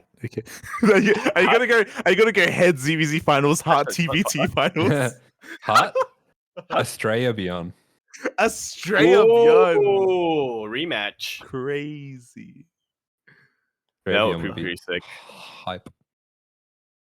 Oh my I'd like to God. make one amendment to my heart because I realized I forgot to look at the round of 36. I would throw Ryung in there somewhere. I'm not sure against whom, but I'd throw him in there. Ryung We're gonna versus have- special.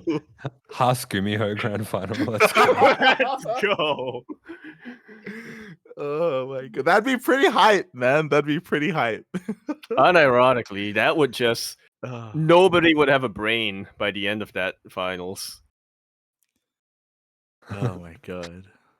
So, Alright. so how many shots do we have to take if our predictions? Yo, fail? drinking game, playoffs night. Let's go. Maybe. God.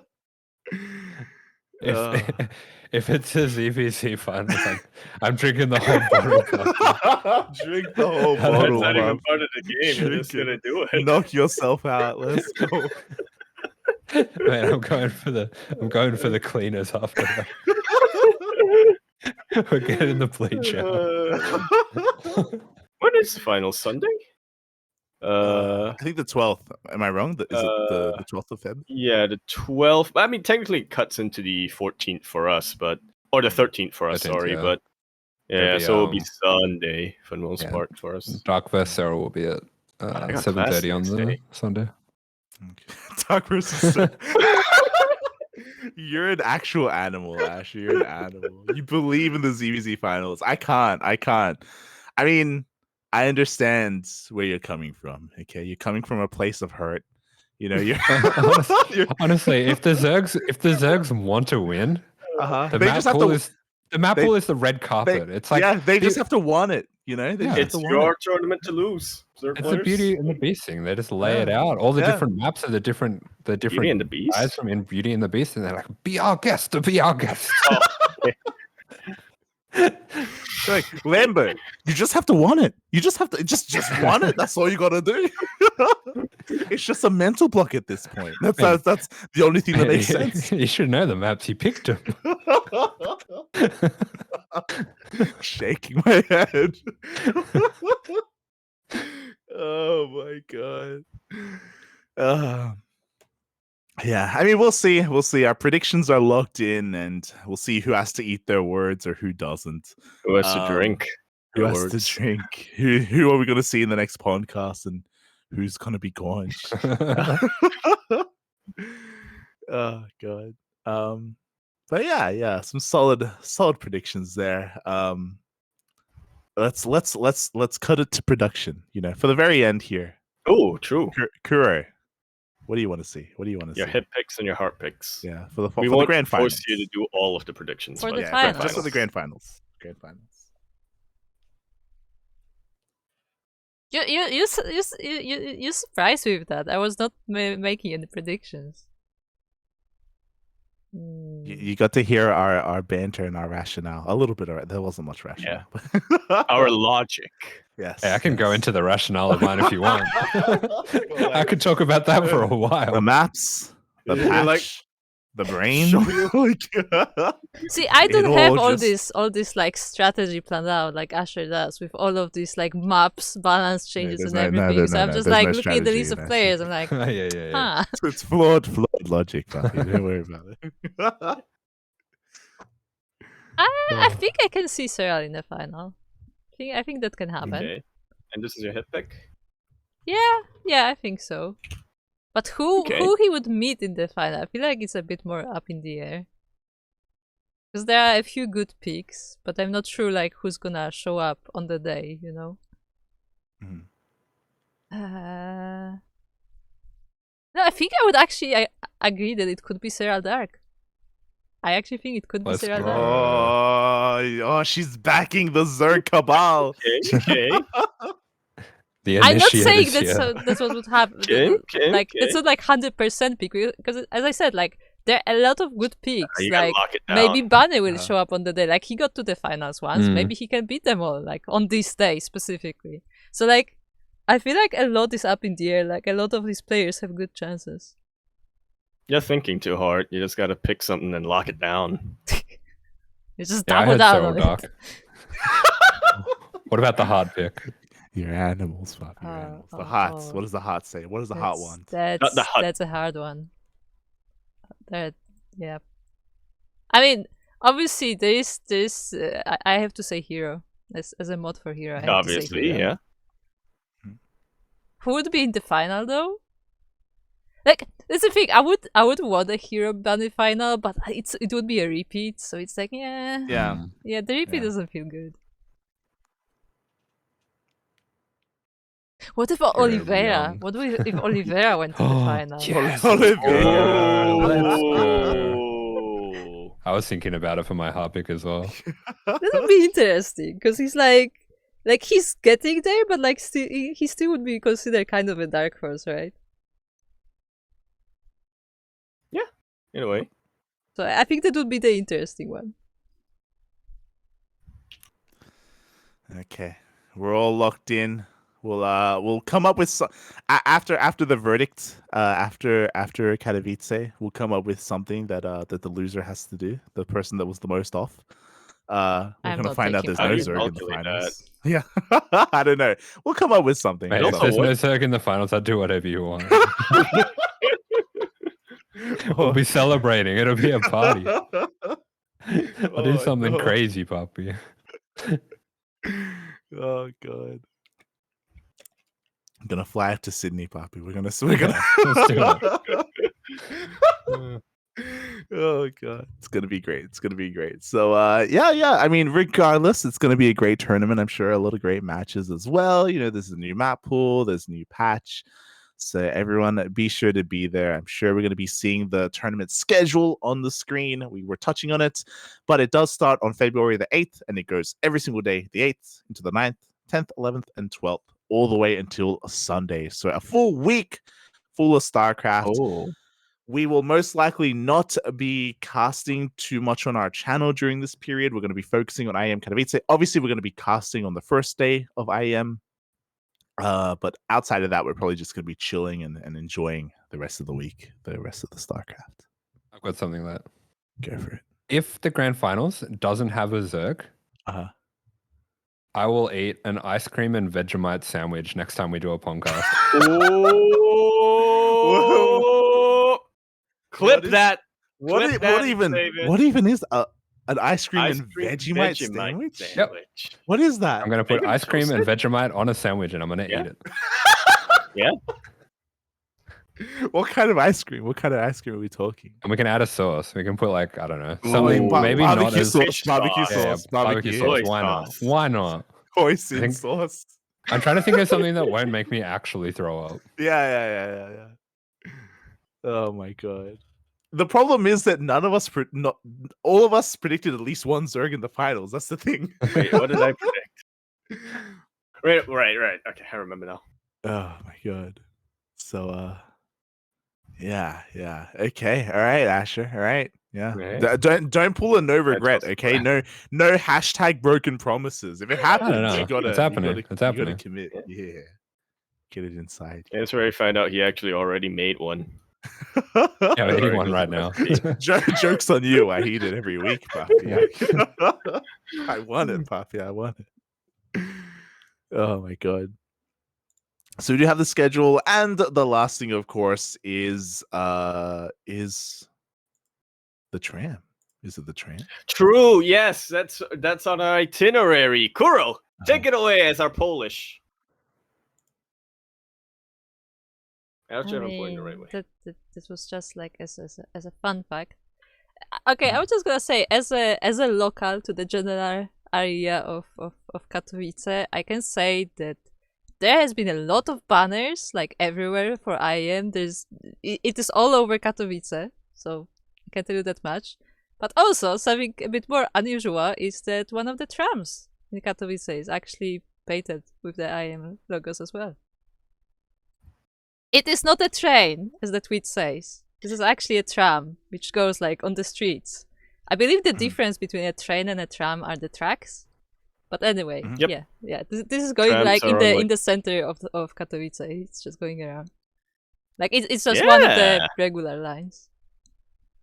So And it has some if you read players the on it. area, maybe you will spot it, or maybe you will be actually using it to get to the arena. So hey. Yeah, I guess for like reference, Asher, it's kind of like Melbourne, where in Melbourne trams take you everywhere. In like Katowice as well, there are like trams that take you everywhere. Yeah. I don't think it's as intense as Melbourne, because Melbourne is like literally like It's a grid of tram lines. Yeah, it's like a grid of tram. There's trams everywhere that they're coming at you from all ends. Yeah. I mean, in the very center of Katowice, yes. Like the farther you go, the less I think there is of them. But yeah. Yeah. Regardless, a lot of trams in Katowice. So it's really cool that there's some IEM branded trams, and there's banners everywhere, and there's a lot of You're gonna be like, lot why are there all these Zerg players on my tram? They run the tram system. Here now. The cabal has gotten to the railroads. All aboard the Zerg tram. The other thing is, Kuro, you have an announcement. Do you not? Something that we wanted to mention. Should I? Yeah, why not? Well, It's okay. it's 3 days away. Yeah, but look, I don't like advertising myself too much. But I will be at IEM, and for a change, I will not be in the audience, as I will be going behind the scenes. Wee. Photos. Let's go. There will be no follow that photos action. because I will be actually working, Yaku. That's the thing. Like, I will be actually working at IEM this time. It's true. Like, if I have time But for yes. photos, like, I don't know. Somehow doubt it. Yeah, so Kuro is going to be working behind the scenes at IEM Katowice. So very exciting. I mean, Kuro is always there live at the venue every year, just because she is local in Poland. But working behind the scenes is kind of a big step. So hopefully everything goes well. And Yeah, everyone I'm wish actually Kuro the best of stressed. luck because there is a lot of stress surrounding it. It's just a lot of responsibility, you know. Like it's a Yeah. big Yeah. event, and like you really want to make sure it goes well. Yeah. Yeah, so best of Everybody, luck, Kuro. yeah. Best of luck. I know you're gonna do well. You know, I know you're going to. It's gonna be okay. It's gonna be really exciting, and hopefully, you make a lot of fond memories there at IEM. And hopefully, you're not too busy to the point where you literally can't enjoy the event, and watch some of the games. But yeah. Best of luck. Best of luck. Exclamation. Yeah. Exclamation mark Kuro in the chat to get some socials going on there. Throw some support Kuro's way when the event does happen. It's gonna be sick. It's gonna be sick. The other thing, I guess, if we want to, we can go over the talent as well. It's kind of who you would expect to see. We didn't get to talk about it. The exciting thing is that Tastosis is going to be there for like the first time. They're not Yeah. really usually used for IEM Katowice, and they kind of they made it very public last year. If you remember, they were very upset about it. But this year they're actually there. They're actually going to be there. Yeah. Which is kind of like it's more hype than usual as well because Yeah. they're not going to be together for GSL anymore. True. Yeah, Tastosis. Gotta take their moments when they can. Yeah. We don't get them as often as we usually do, so I'm sure they're going to be there for the grand finals. And yeah, we gotta get the Tastosis bands inside us as much as we can now. When we can. I'm personally more hyped for.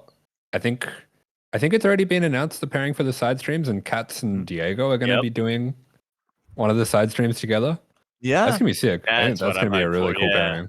pairing. Yeah, Diego and Katz. Katz has been doing the side streams for a while now. I think I think for Atlanta, I think it was Katz and Drogo. Oh no, sorry. It may have been. I don't think Katz did Atlanta, did he? Yeah, Because he was at the event itself. Yeah, he was at the event. Maybe Valencia. But I was Katz yeah. and Drogo. Yeah, but I was gonna say Atlanta was like the first event in a very, very long time that Katz didn't do the side stream for, or wasn't, casting in any capacity, whether it was a main or side stream. So yeah, it's pretty sick to see that he is coming back to do that C stream alongside Diego, who I think is, outside of Home Story Cup and whatnot. I think this is going to be the first time we're going to be getting Diego behind the casting desk. Yeah, he doesn't usually cast, so it's going to be an interesting experience, and hopefully I get to tune into some of it. Obviously not too much on day one, but some of the other days we'll be able to tune into some Diego. Oh, beautiful. Can imagine the roastings. Yeah, I mean they're good friends. I mean they lived together for like over a year. Much longer than that. They were both in Root. Yeah, back when Diego was living with Kat at the Root House back in the day in SoCal. Other than that, I mean, it's who we expect to see. Smix is going to be hosting, which is pretty sick, alongside Kalaris. I don't think we got to see Smix last time, which was a little bit sad. Because that was when Kat was hosting. We didn't see Smix for the first 2 days or something like that for last year's Katowice, but then she flew down a little bit later on. Missed her a little bit in Valencia, but it was back in Atlanta.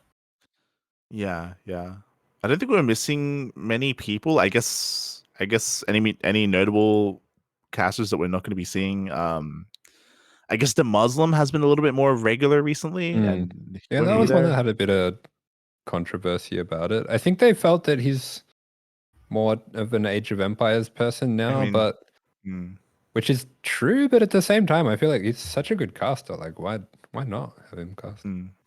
I have heard a few people say that they're a little perplexed at that decision, but I feel like they shake it up every year. Yeah. For sure. It's this tough. Is this Loco's first time on A stream? For Katowice it is, yeah. But he did do a couple of A streams for DreamHack. Yeah, Loco, he has been a part of the mainstream before, but as Yaku said, for the World Finals, this is his first time. So hopefully he does well. I know Loco's been getting a lot of attention recently. Well-deserved attention at that. So pretty exciting to see him there on the desk, and hopefully he's got like some good chemistry and he can work well with everyone. Yeah, for sure. And yeah, this looks like the mainstays from there. I did notice as well, Zombie Grub. She does it every year, but she's been doing coaching with a player from each race Yep. to talk about the maps and the matchup meta at the moment, which I kind of always like to point that out because I think that's really awesome. Like, it's really cool that she's making sure that she's up to date with pro level understanding. Yeah, it's a lot of dedication, which is really cool to see. You know, she wants to make sure that she's well informed coming into the grand finals or into specifically Katowice. You know, you want to make sure that you're as up to date as possible. Yeah. So that's really sick. It's really sick. Want to know that you know what you? Yeah. Yeah. Couldn't have put it better myself. Yeah, cool. Let's go. You want to know what you? Yeah. Hey, you know what you know, and you don't know what you don't know. So you want to know what you know, you know? Yeah. Yeah. Makes sense. Oh my god. So with that, I believe we have covered everything that we were looking to cover. There is one And a more little news bit about more. IEM. Oh. An important note is that now the IEM Katowice will be streamed both on Twitch and on YouTube. Oh, yeah. True. Yeah, we kind of ignored that entirely because we're so used to just using Twitch. But yeah, It's actually huge. Like, the stream now. I don't know. I don't think I fully understand how big it is, but I have some idea. And I feel like a lot of people, because a lot of people who are on Twitch don't watch live streams on YouTube and vice versa. A lot of people might not know what a big deal this is, but I know for people like Lambo and Loco, not Lambo, sorry, Harstem and Loco, they're splitting their streams half on YouTube, half on Twitch, just because they tend to have an entire audience on YouTube that doesn't touch Twitch that's like the same size. Yeah. I think that. Go on. No, I was just gonna say it's like you don't want to assume that 100% of your viewers are coming or are willing to sort of switch platforms just because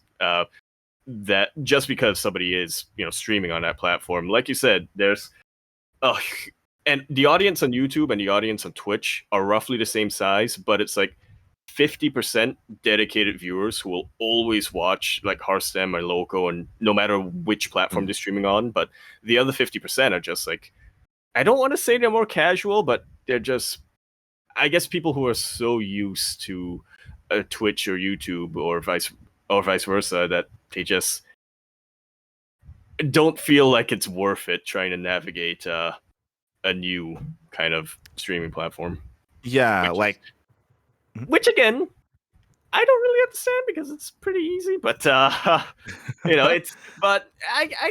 happens. It happens. Well, yeah, like it comes back to, if you remember, when GSL was on Twitch for a long time, and then there was that switch from GSL being on Twitch to GSL being on YouTube. A lot of people were upset about that, but the reality is that there is a massive StarCraft demographic on YouTube. It's actually bigger than that on Twitch. The viewership, the overall viewership on YouTube dwarfs Twitch by like 10 times or something. As you can see that, especially in VODs. Like you can look up some of these tournaments on YouTube. They've got hundreds and thousands of views. And it's not just people who and it's not just people who just didn't watch the live event because they couldn't. It's straight up people who just don't use Twitch at all. Yeah. YouTube is more mainstream. Like it just has a bigger audience and a bigger user base. That said, what I'm saying there applies mainly to VODs. When it comes to watching live streams on YouTube, that is something that obviously a newer venture for YouTube, and it has been slowly growing over time. And it has been growing to the point where, it's going to be really interesting to kind of compare the demographics and compare, and grow as well that live streaming audience on YouTube. I think that's just overall a positive and a beneficial thing, period. So yeah, it's cool to see that they're going to be multi-streaming. It's a bit of a give and take. Obviously, this does mean that they're not exclusive to Twitch, which means Twitch isn't going to be. It's gonna make Twitch chat so much better. All of the people are gonna move to YouTube. Let's go, maybe. Let's go. Oh god. But yeah, it's gonna be interesting. I'm pretty sure I'm just gonna be watching on YouTube actually, just because we can speed up. I think I'm gonna be watching on YouTube as well. Yeah, I think we it's Mhm. well because I also like not having chat. Yeah. Yeah. I think the thing with YouTube as well is I'm just speaking anecdotally. I don't know if this is necessarily true, but I think the YouTube audience is a lot more casual. Because I mean, like, it kind of makes sense. Like, Twitch is like mostly going to You have to be a nerd. pro to use Twitch. players, like pro players streaming their first-person view, which is something that like It's all more hardcore niche. players are going to be interested in. Yeah. I think for YouTube, like, this is people who've been watching GSL, who like watch old games, who maybe don't watch that often, but like for the World Finals, if they know it's on, they're going to watch it. Yeah. So I think getting those people with the best tournament that we have to offer is a really big deal. Yeah. Without a doubt. Yeah, I'm 100% certain that there's going to be people who like aren't aware that IEM is going on, but they're like just scrolling through YouTube one day, and then they're like, "Hey, wait a minute," and then they're gonna watch that. I also agree with it. I think Yaku, you're skirting around saying that YouTube chat is going to be less sweaty, so maybe a little bit more bearable. But yeah, I agree. Like usually, at least when we watch these things, like we usually just like we're not really paying too much attention to Twitch chat or anything like that. I mean, it's subjective at the end of the day. Some people really like the chat culture and they thrive on it. They want to be all about that. So that's still going to be there for Twitch if you I like want that. complaining about chat while never actually engaging in it. There you go. Oh my god! But yeah, it's going to be exciting. This is a PSA for everyone. If you're watching a live stream on Twitch, on YouTube, you can 2x speed. Well, and you can actually you get can rewind as well. You can rewind. But if you 2x speed, you actually get ahead of the delay, and you can watch things before everyone else, and you can feel good about yourself. Yeah. Oh god. Yeah. That's why I just watch everything on Afrika. There you go. But is there anything else that we wanted to bring up today? About IEM specifically? Yeah. I IEM. will bring up. Yes. So, for anyone wondering, it's IEM Katowice. You're welcome. I was Are wondering. you sure it's not Yeah. Katowice? It's It's not not Katowice. Katowice, not It's not Katowice, Katowice? Katowice. It's not Katowice? God damn it. There you go. I think Beautiful. Katowice is my favorite pronunciation though, just because it's just like, what even? It's up there with Krakow. Okay. But yeah, it was kind of great coming together again after a long time. For those wondering, the last podcast that we did was in 2020, so it's been it's been over 2 years. Right. Been a long time since the last podcast. So thank And you. that was like a special edition. Yeah, that was a special LATAM edition. Yeah. I did it with Yoda. But thank you so much, Yaku and Asher for jumping on and for giving your thoughts on things. It was good. And I will say, Kuro told us to remind people of this. If you liked the PondCast and you liked the return, we do currently have a goal to make PondCast a regular show. Yeah, we're gonna try and do this regularly. We're thinking maybe once every 2 weeks. Maybe at least once a month. Maybe we can make it more consistent. The biggest thing is we got to make sure we have something to talk about. IEM Katowice is a big event, but we're not always going to have a big event to talk about. So there's always something to talk about. True. We if not, we have to. We can have like our own drama. We gotta. Oh no, I was thinking we could just have like the whatchamacallit, the lather therapy support group. You're not ready for that. You don't know the depth of my smoke. Stay with us, Asher. Stay with us. If we wanted to, we could even if we have like a bit of a dry week, with not much going on, we could maybe even like try to bring Migs on and like have an interview, or like Patty Mac on, or Dolan or something. Like we can do other things with the show. Spotlight, yeah. Yeah, definitely. Just wake up Migs at 4 a.m. We're not ask him taking how any he feels. suggestions, chat. We're not taking any suggestions, chat, before you start putting stuff in. We may be looking for suggestions. I don't know. Not yet, though. Not yet. But yeah, I hope everyone enjoyed themselves, and hope everyone was able to gain some insights. Maybe stimulate the brain a little bit with some of the topics, just a little bit. And yeah. Thank you, Yaku and Asher. Thank you for Thank you joining. for having me. Yeah. I We was, should do one, I was worried I was fired after the last time I did a podcast. I think we have to Should I do do again? post Katowice. Yeah, we got to do it. We Post got to break it Katowice down. one, Yeah. and that'll be. I'll have camera on, and I'll eat the disgusting sandwich if his egg doesn't go through. Yeah. More importantly, you have the camera on, so you can show off Rufus whenever he shows up. Yeah. He's gonna swipe the sandwich. I know that's the biggest thing that Kura was upset by. Kura was ready for some Rufus, and there was no Rufus today. What happened? He's okay. He's probably just running around begging for food. He'd run off eventually. PondCast needs more Rufus. Rufus cast. You need the roofie snack. We do. I wonder what Rufus's predictions would be. What are the most appealing to a cat players? I mean, you said that he likes the bugs. He likes the bugs. He does like the bugs. I think he would like. He would say ZVZ finals. He would like Dark because Dark has burrow. Like he makes the lings kind of like pop in and out all over the place, and cats kind of like the movement and things disappearing. True. And I think he would like it, but they react to it. I never thought about it that way. And who else would he like? Would he like another fast player to keep up with, or? No.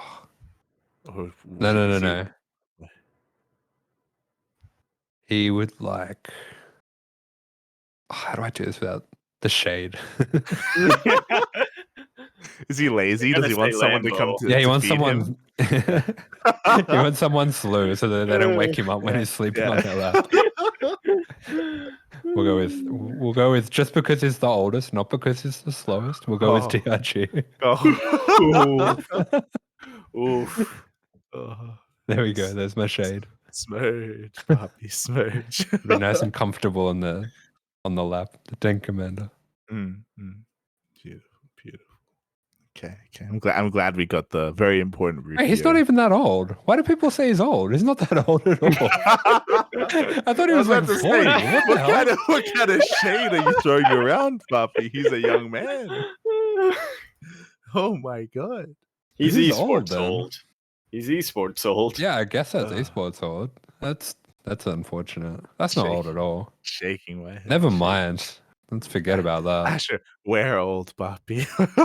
Yeah, pretty much. We're all old. Otherwise, you wouldn't be playing this game. All right, as we wrap things up. Yeah. Also, when it comes to the Patreon, I think we wanted to maybe open like a Q&A up for like Patreons as well, patrons, if we did do that. So, consider supporting us. Whether it's on Patreon or Twitch or anything like that. I want to see if we do have that. I want a Karen question in there. I want to settle. I want a Kerwin question every week. He would just Karen question like how do you say gloves in Spanish? We end every podcast with the Kerwin question. Oh no. It's gonna get us banned, Poppy. It's gonna get us banned. We can finally figure out who Annalise Maculo is. Oh god. Shaking my head, Yaku. Shaking my head.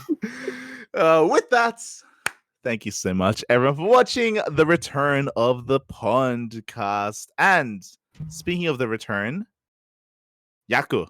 Yes. When is the stream returning, Papi? When is it returning? Never, Poppy. Art stream. Let's go. Maybe like 3 months from now. 3 months. 3 Oh. months from now. Oh. I was supposed to be doing homework today. Ah! Oh. Ah!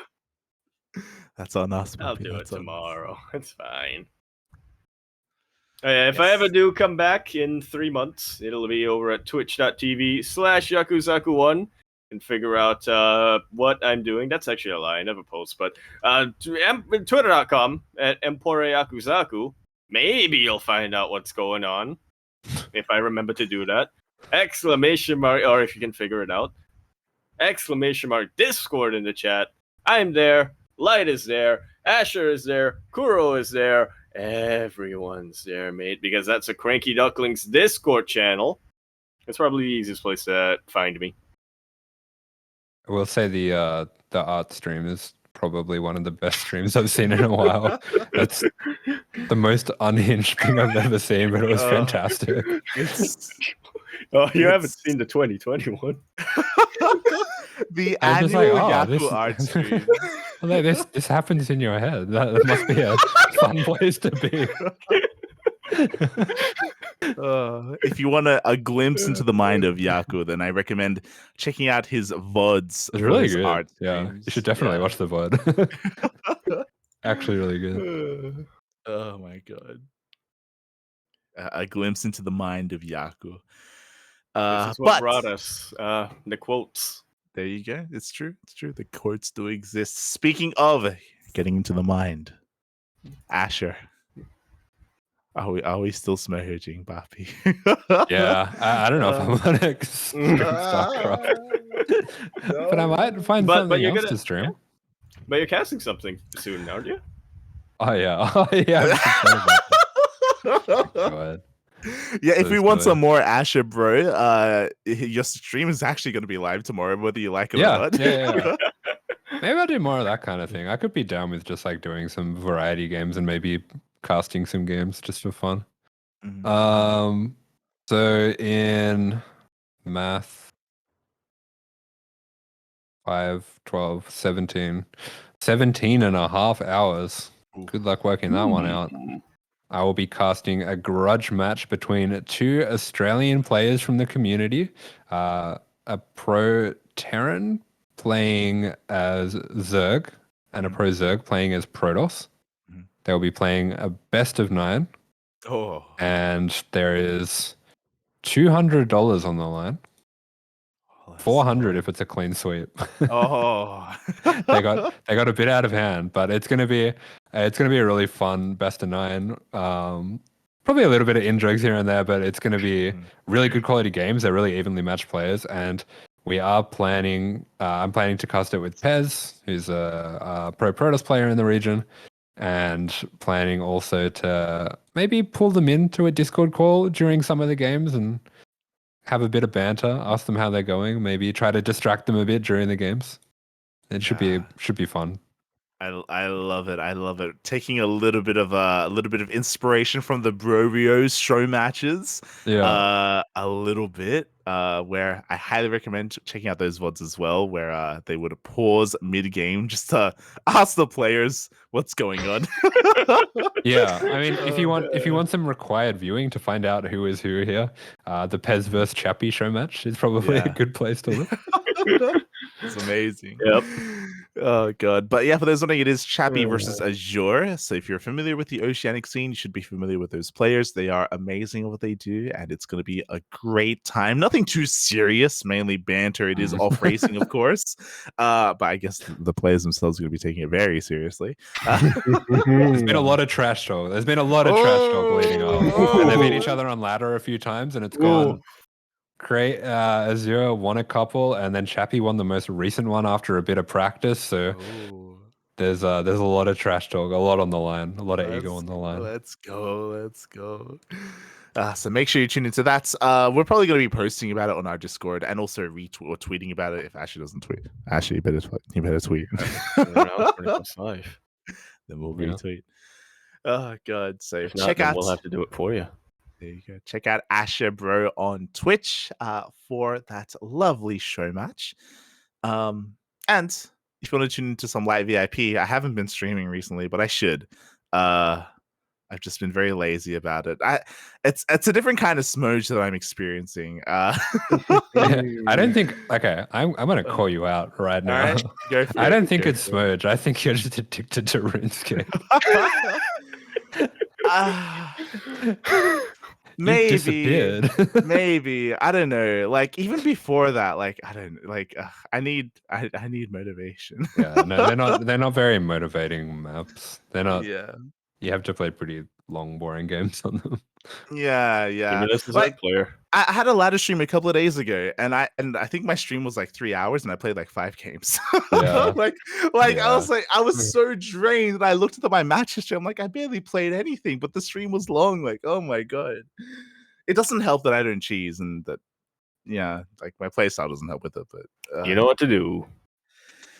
so lat_VIP if you are interested in some of that, you can follow me there. Otherwise, thank you so much for watching, everyone. Follow us on the CranKy Ducklings. We're on Twitter, we're on Facebook, we're on Instagram. We have a YouTube channel, we have a Discord server, we have a Patreon.